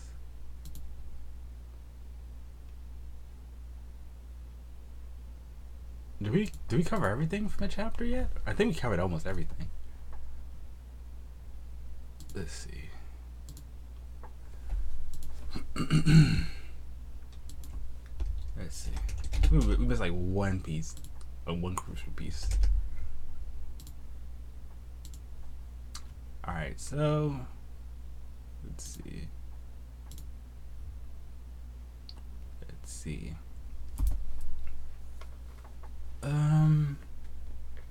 So if they're hiding all at Kabaka Kingdom, I wonder in Rovers in 2 days. Still that can happen. Maybe we'll see Blackbird make a move or someone else make a move. Who knows? Who really knows? Alright.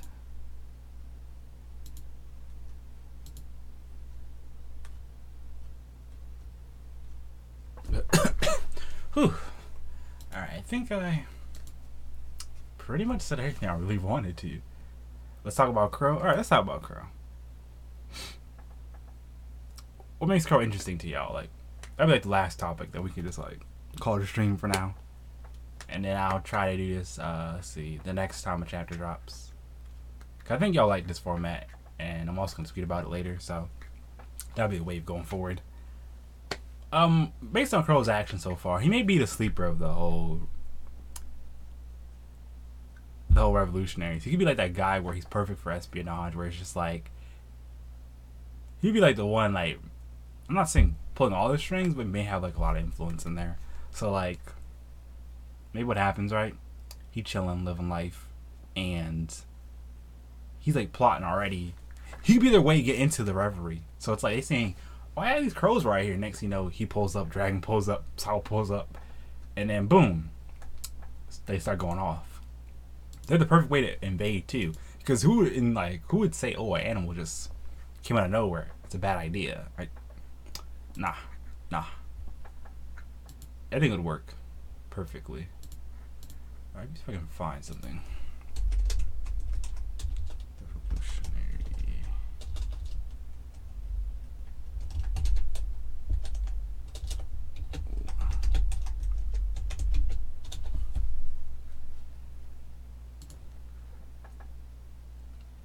Alright. Alrighty then. If some clear up, that'll be good.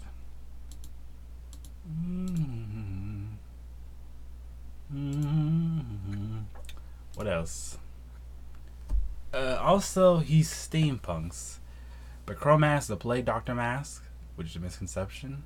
So you think he's just a doctor, or you think he's like misconstrued? Make sure I interpret this right.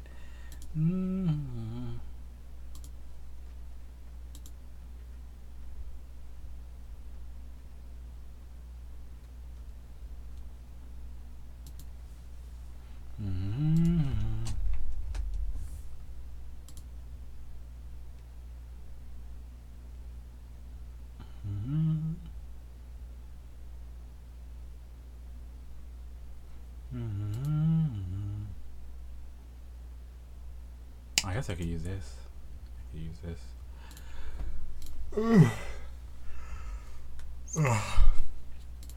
What else can we say about Crow? While we here? I feel like what would he be, a zonin? Cause I don't think it'd be a Prometheus ability just to like spawn animals. I mean, Prometheus just means superpowers in general, but still, I don't see it that way, bro.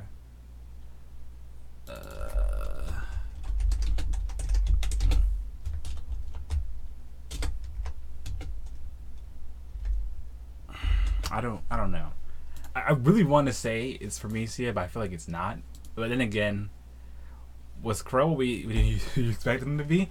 I mean, yeah, he a crow and he summons crows. Like, I didn't expect anything else. What else could you expect from a guy named Crow? I just didn't think he'd be like. I didn't expect his personality to be what it is, but it kind of makes sense. It's like all aloof and whatever.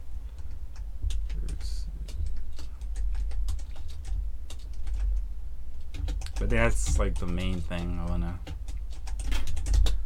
Let me see.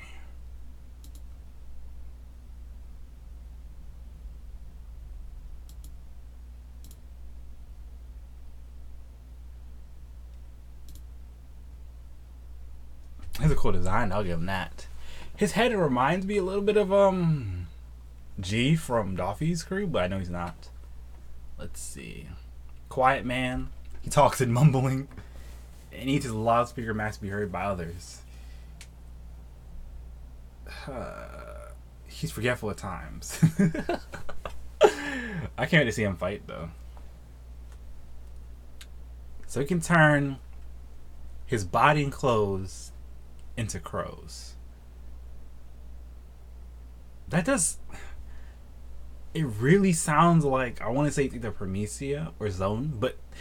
I want to say Prometheus because it's just like... Prometheus is always super... how's a speaker?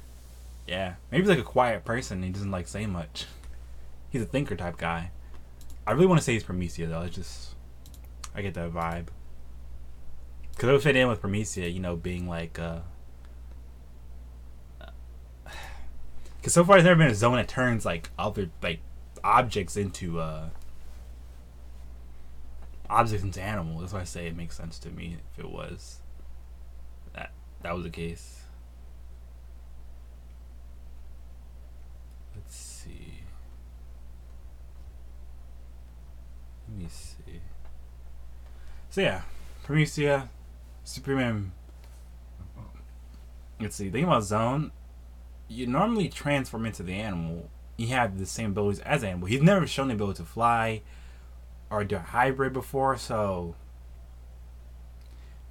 it's just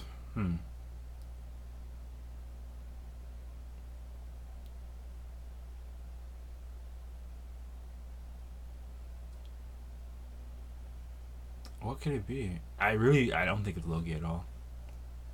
Because that crow's not an element. If it's Zone, why is he turning like his clothes, not his actual person?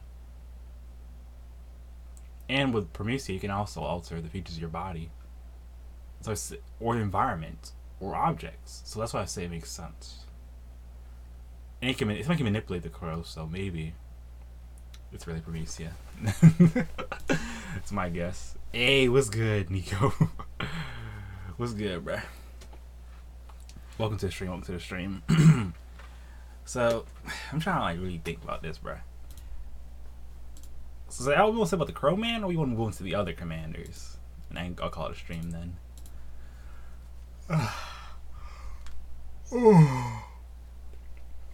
Let's see. So, yeah, let's see. The Betty girl, definitely Prometheus. Alright. It's opposite of the hero Nami. That's funny. Let's see. So I'm gonna take a guess here. I think basically I'm trying to think. I think Betty and the Crow guy, they're definitely Prometheus. And the other guy, Lindbergh, I don't think he has a devil fruit. I don't think so. He might not. And the other guy, I feel like he's probably Prometheus too. I don't think any of them are Logias. I don't think so. Might get to tell me like. Might just tell me it's not.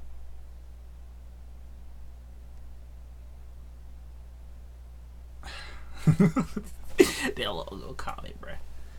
Whew. Alright. What do y'all think? Like, what y'all think all their do you think anyone in the Revolutionaries has a Logia besides we've been introduced to? Why or why not? But I just feel like no. I think they're all Prometheus. Prometheus gives you like the most versatility, so it doesn't make sense to me. Alright, let's see. Lindbergh. Morley.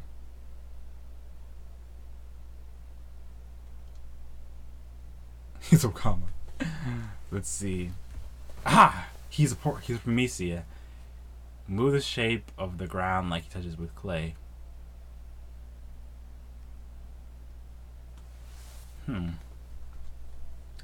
So 3 of them are basically, two of them you can say are for sure Prometheus, but the other ones I don't know yet.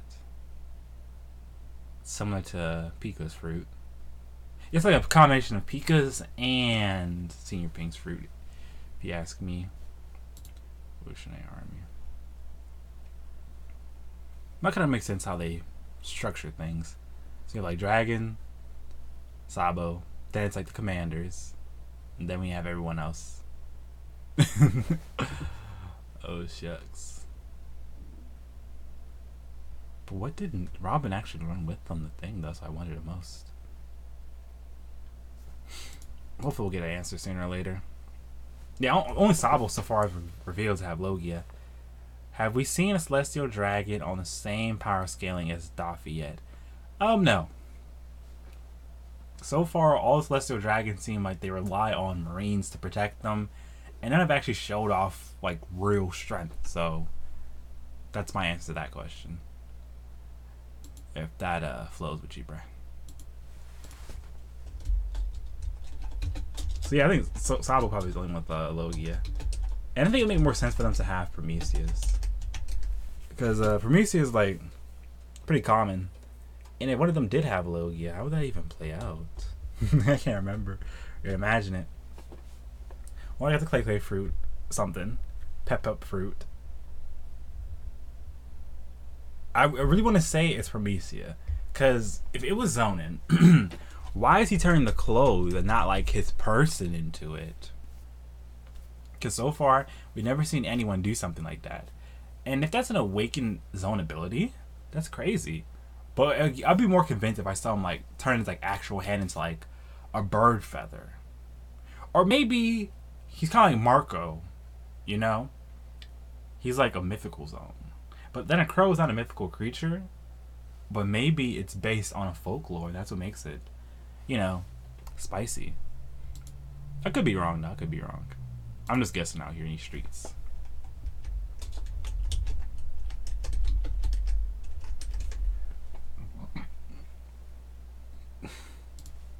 But that's just what my guys are telling me, rubber.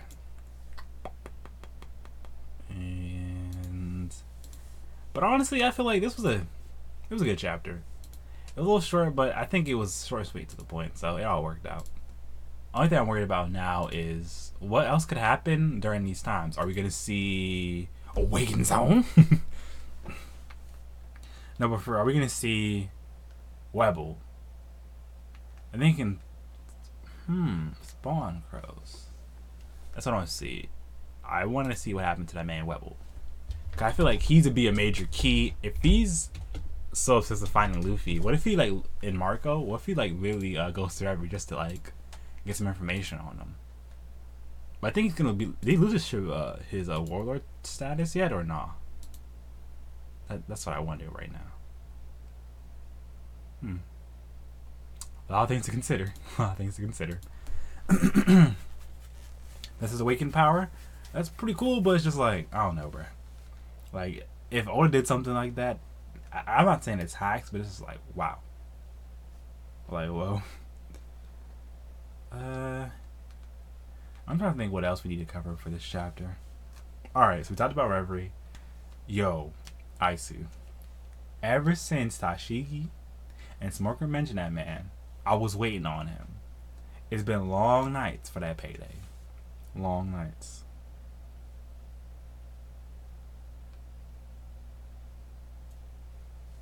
Let me see. What I'm about to say. But I feel like if we see Vegapunk, I do see it happening either before Reverie ends or maybe in the middle of it. We will probably lost his warlord status. It would have been Wano. I mean, if he's in Wano, I wanted to see this fight, but I have a theory, but I'm probably wrong about this. We got some of your thoughts on this. What if whole time Weevil was an experiment by Moria? So he was like, hey bro, I look like Whitebeard, but I want to look more like Whitebeard, so maybe look like Whitebeard, and that's why he has the stitches. And he's ever since he's been looking for Marco, because he's mad at Marco and wants to get his head for revenge. Because I feel like he's either brainwashed or he on some extra stuff, bro. It's something that makes sense to me, cause I don't know, bro. It just something about him blow me, bro. You just had that character, you just look at me like, yo, what they do in life? That's me when I see Weevil. And the fact that he lets his mother influence him so much, it's like, Cause think about it, his name is Weevil June, like Edward Weevil, Weevil Jr. He's self-proclaimed son. And let's see.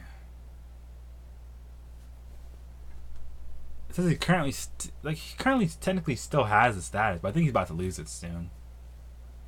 And he doesn't like Orange Jr. or Little Oars. Yeah, he looks like Orange Jr. or Oars. Kind of. And if he's Whitebeard's son, why he got like blonde hair? Whitebeard never had blonde hair, bro. Something up with this man, bro. Something up with him. For the fact he has stitches on his head makes me think, and on his face, like something happened to this man, bro.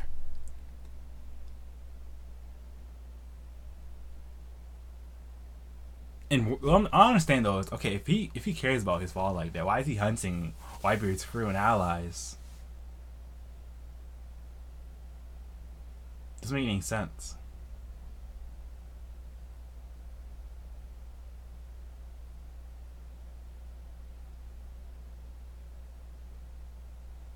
If he fights Blackbeard, I would love that, bro.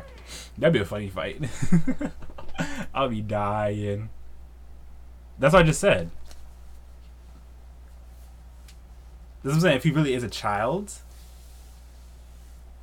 Whitebeard had blonde hair in his past. Let me look this up, y'all. Hold up. But I know Whitebeard mentioned stuff like he wanted a family, but I don't think that's what he meant when he said that. Oh yeah, when he was younger, he did have blonde hair.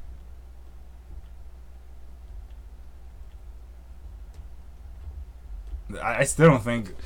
I don't think that's his child, bro. I don't think so. I feel like that's the mother brainwashing because she wants like something from the Whitebeard family. No, it's like a trick, bro. Because it says self-proclaimed. And if they're, like I said, the reason it doesn't add up to me. Why are they hunting the remnants of the Whitebeard pirates? To get fortune? Because if they were really about it, it could have been like, hey, Marco, I gotta let you know something, bro. I'm Whitebeard's future ex-wife. Or ex-wife, whatever the case may be. And I want you to know something. I want some guap, bro. I know I got some guap. Let me get some real quick. And that's all she had to do. But, nah. And she cares about money, so obviously. She really out here wilding with this season, though. Yeah, she not the mother, yeah. Knowing the kind of guy Whitebeard was, I can't see him abandoning his child. That would make no type of sense with his character. And the way he cares about family so much, nah.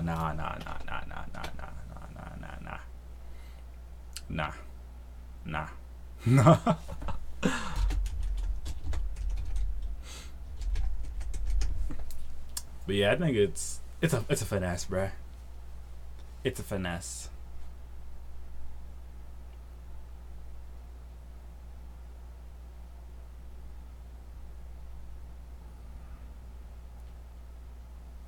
Because she if she really cared about Whitebeard, it doesn't make any sense. Aha! Backing can mean fine or penalty, which fits her nature of being greedy. Ooh, it's a cool thing. It's cool little information right there. He got the child support. But look at her size, look at Whitebeard. Like, how did that work, bruh?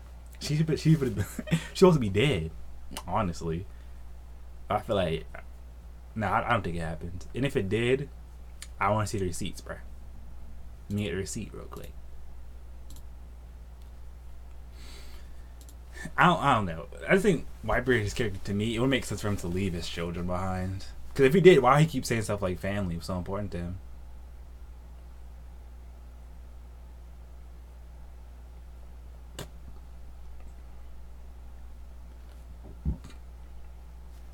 But I wonder why. I wonder what happened to Marco though, for real.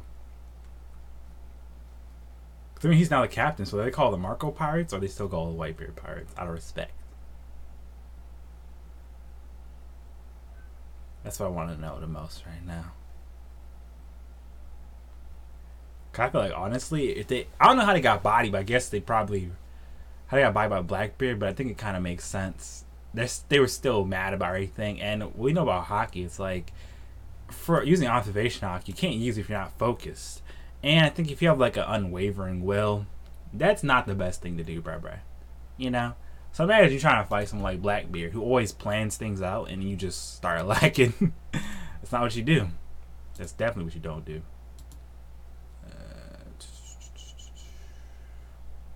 And that's why I think,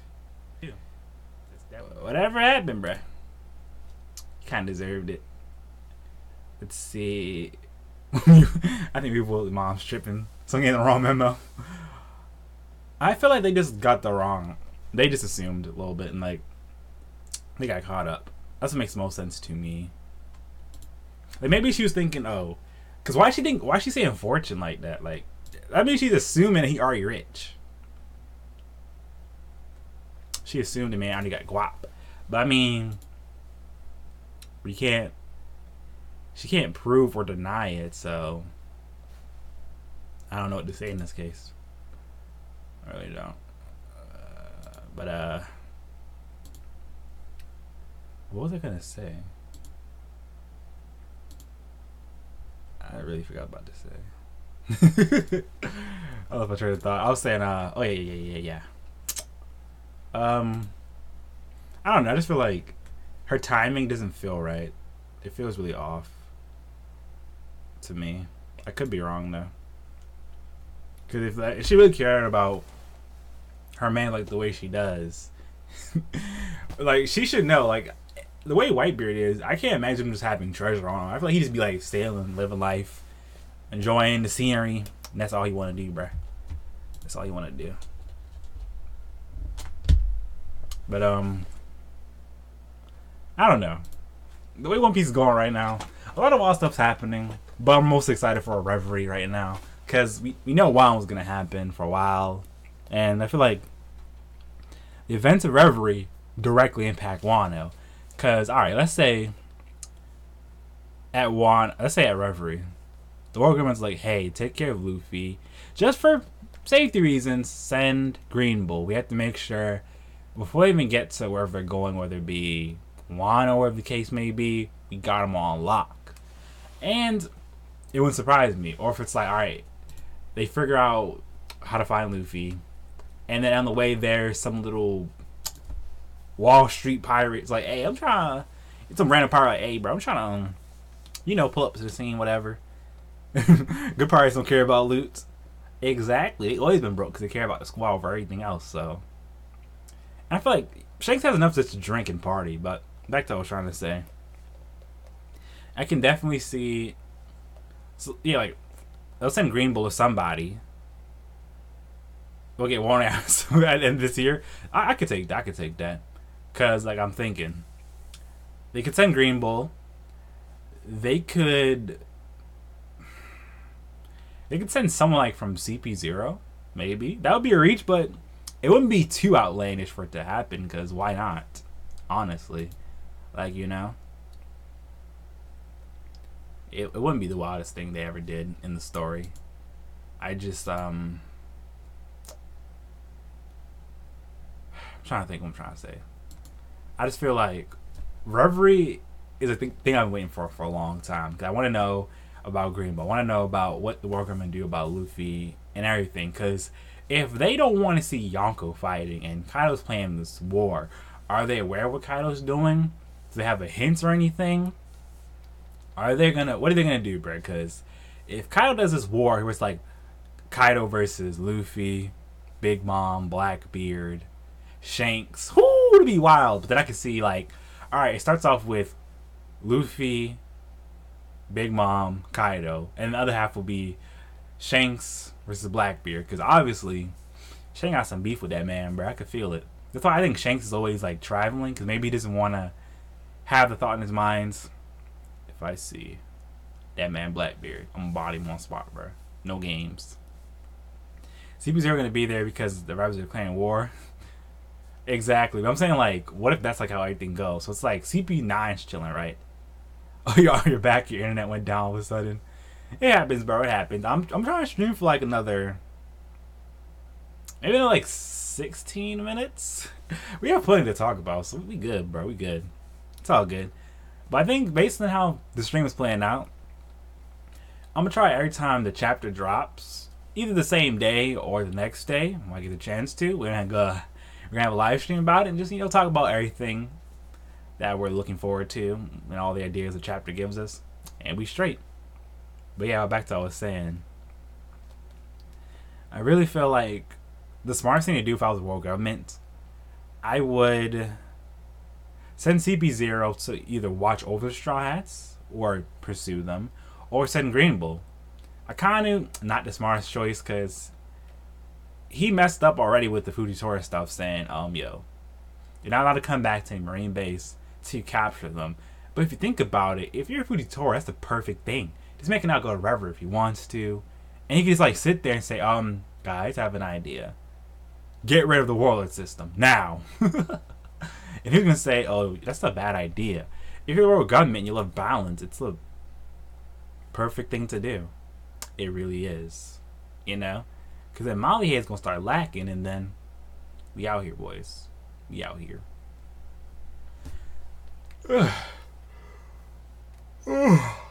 I know I'm so tired right now. I kind of went to bed early, but y'all already know I sleep. I have a weird sleeping schedule. It's like I need at least 6 hours to be functional, and I get that on most days. And I appreciate all y'all, chilling with me.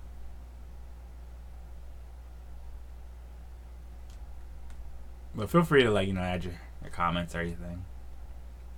But like I said, if you want this to be a continual thing, just put ones in the chat and I got y'all. I'm thinking instead of doing reviews, I could just do this. So I can focus more on the other stuff I want to do, like character spotlights and thematic videos. Because next video I want to do for y'all, I want to do one about school idols.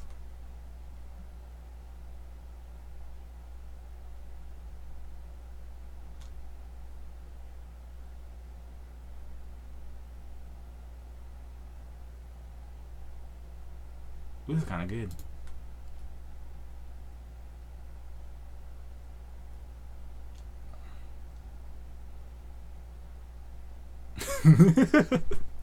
Yo, I love Twitter, bro. But sometimes I be wildin', bro.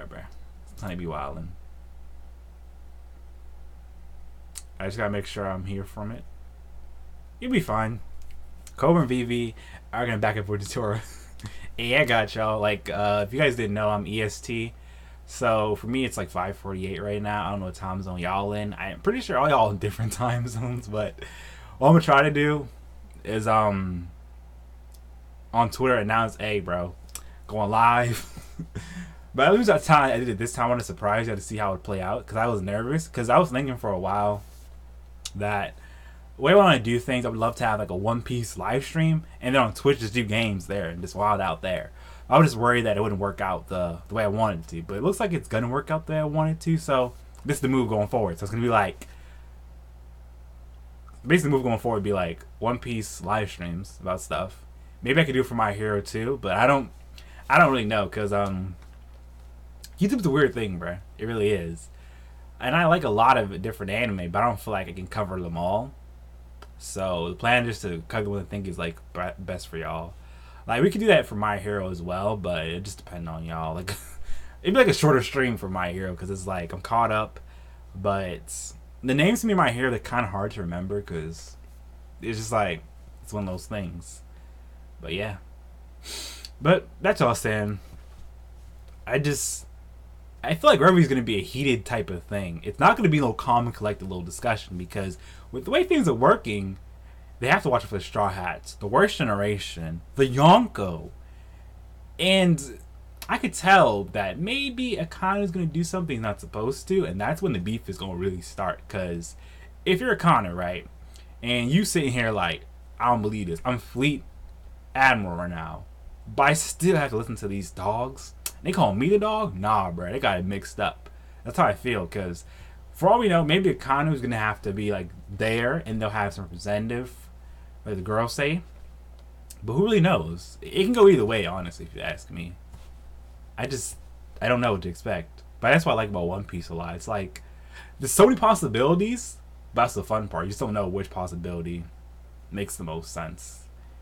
Well, it's just a lot, bro. But if I didn't know this already, when I get excited, I stutter a lot. So that's why I'm stuttering right now. Because like my very first time even using the YouTube live streaming feature. Because I always had the ability to do it, but I never used it because I was thinking no one's going to tune in. But I came through, so it worked out. It worked out perfectly. And I really like streaming. It's like, it's therapeutic, bruh. It really is. But I'm trying to see, like, there's one thing I definitely want to show y'all. I don't know if I'll get copyright strike for showing panels, but I low-key want to show panels, just cause. But I gotta be careful. I went so long, bruh, without getting, like, the last strike I got was in like July, and I didn't deserve that strike the whole time. It was just like a random little event, and it was because y'all know how it goes. Japanese companies, it's basically up to their discretion, and that's why a lot of reviews exist. But if they really wanted to, they can get rid of all of them, like right now. They just choose not to.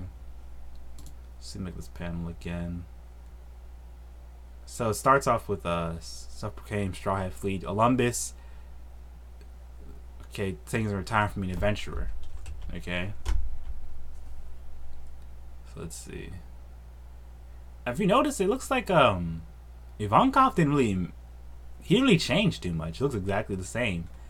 I don't know if his hair's always been white in the manga, but I think he's pretty much the same. Pretty much the same. Let me look. Let me see this real quick.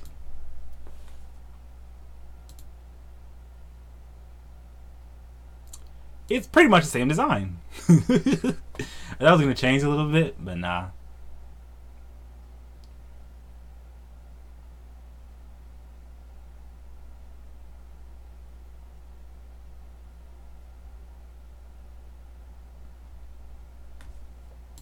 I don't think he's going to change. The format's really chill. Glad to hear that. Glad to hear that. Because I didn't want to have like an outline. I just wanted to just like wild out. Because the problem I have with doing the reviews, it's like I want to talk about everything, but I don't want to hold up people's time. Because I know we're all busy people. We got things to do. Koala, I thought about it. Koala has like the perfect hair length. I wish Robin had that same hair length too, but it is what it is.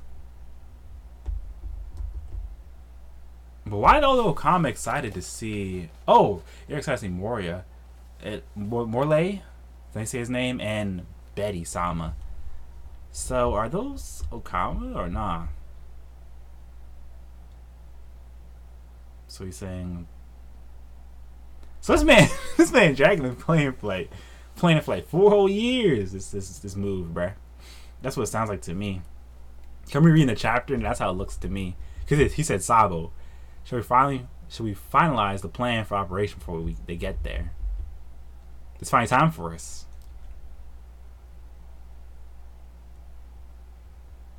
Well, Pinkbeard, I don't know. The man look kind of crusty though, honestly.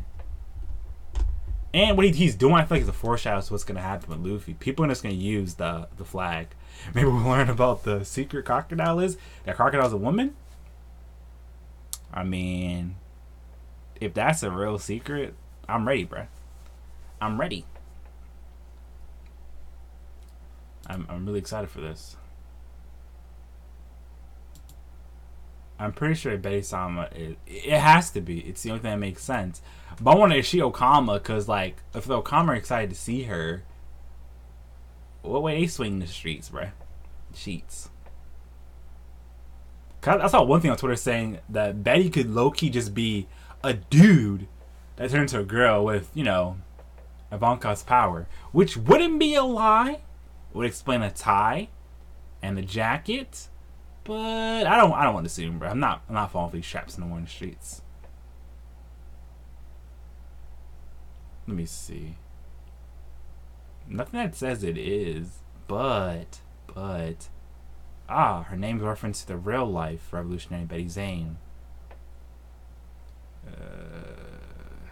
Hmm. I don't. I really want to assume, based on the dressing, that it's a dude low key, but I don't think so. What do y'all think? I think Betty's an actual dude that turned into a woman with Ivanka's power, or not? Like I said, I don't want to assume, but my guts tell me it could be low key, low key. All right. What else? All right. Let's see. So Pinkbeard has 52 million for his bounty berry, and he has his flag.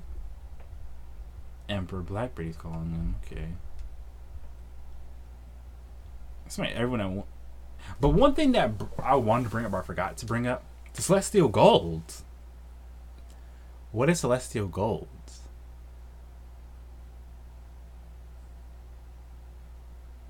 Is it like special kind of gold? Good quality?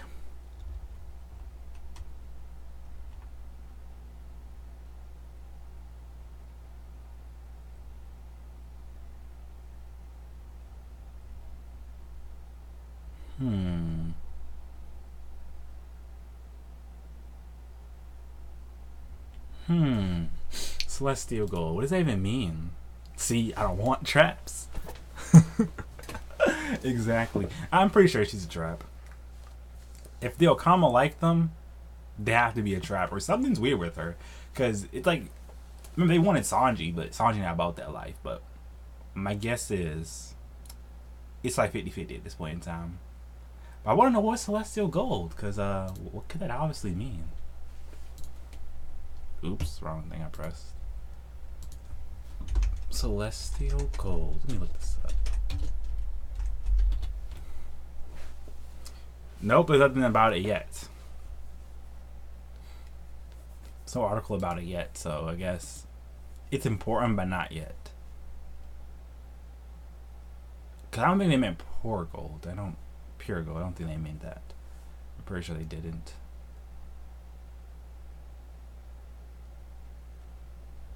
But let me look this up real quick. But I think maybe the fact that the Celestial Dragons wear the what's it called? Those little moon seats. Oh yeah, the one thing people brought up that they said true. You're right, I see. I think one thing I'm thinking about for Celestial Dragons, and what kind of confused me a lot. Okay, why did only the Nefertari family decide we're not living in Mary Joie? What happened, bruh? What happened? Maybe they felt like Daffy's dad. It wasn't the lifestyle they envisioned. That's why they kind of changed. That's something that actually makes sense to me. So maybe at Reverie they could bring it up like, hey, Nefertari family, y'all always been like this. Anytime it comes to being royalty, y'all embark in everything but certain aspects that only commoners will do. I feel that's what's gonna happen. If you think about the Nefertari family, they don't seem like the kind of royals that kind of like, what's the word I'm looking for? Like, disrespect people or abuse them because they're poor class. That's what I'm guessing. So, it can explain why, though, they don't like them.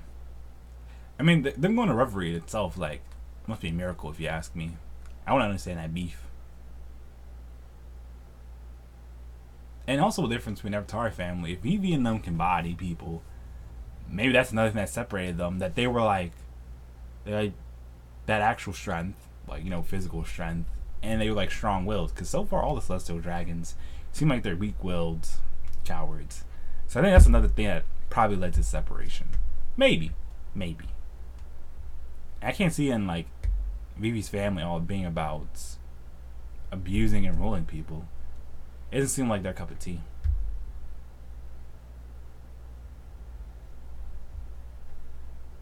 And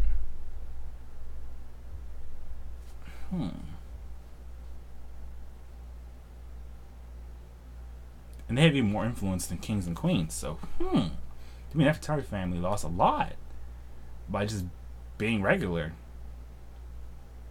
Yeah, it does make a lot of sense, actually. They just wanted to be attached to the king. They didn't really care about, you know, the status, probably.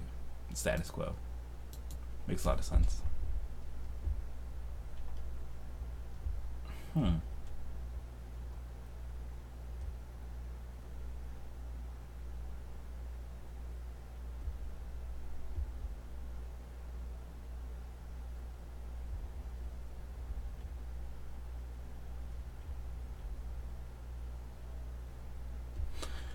But any last thoughts before I wrap this up, bro? Like what y'all think about everything, the chapter, how it all played out, all that good stuff. I think I ran out of things to say. But y'all been treating me well. This was a good first stream. Hopefully it won't be the last one too. If the chapter was long, we had more things to talk about, but it is what it is.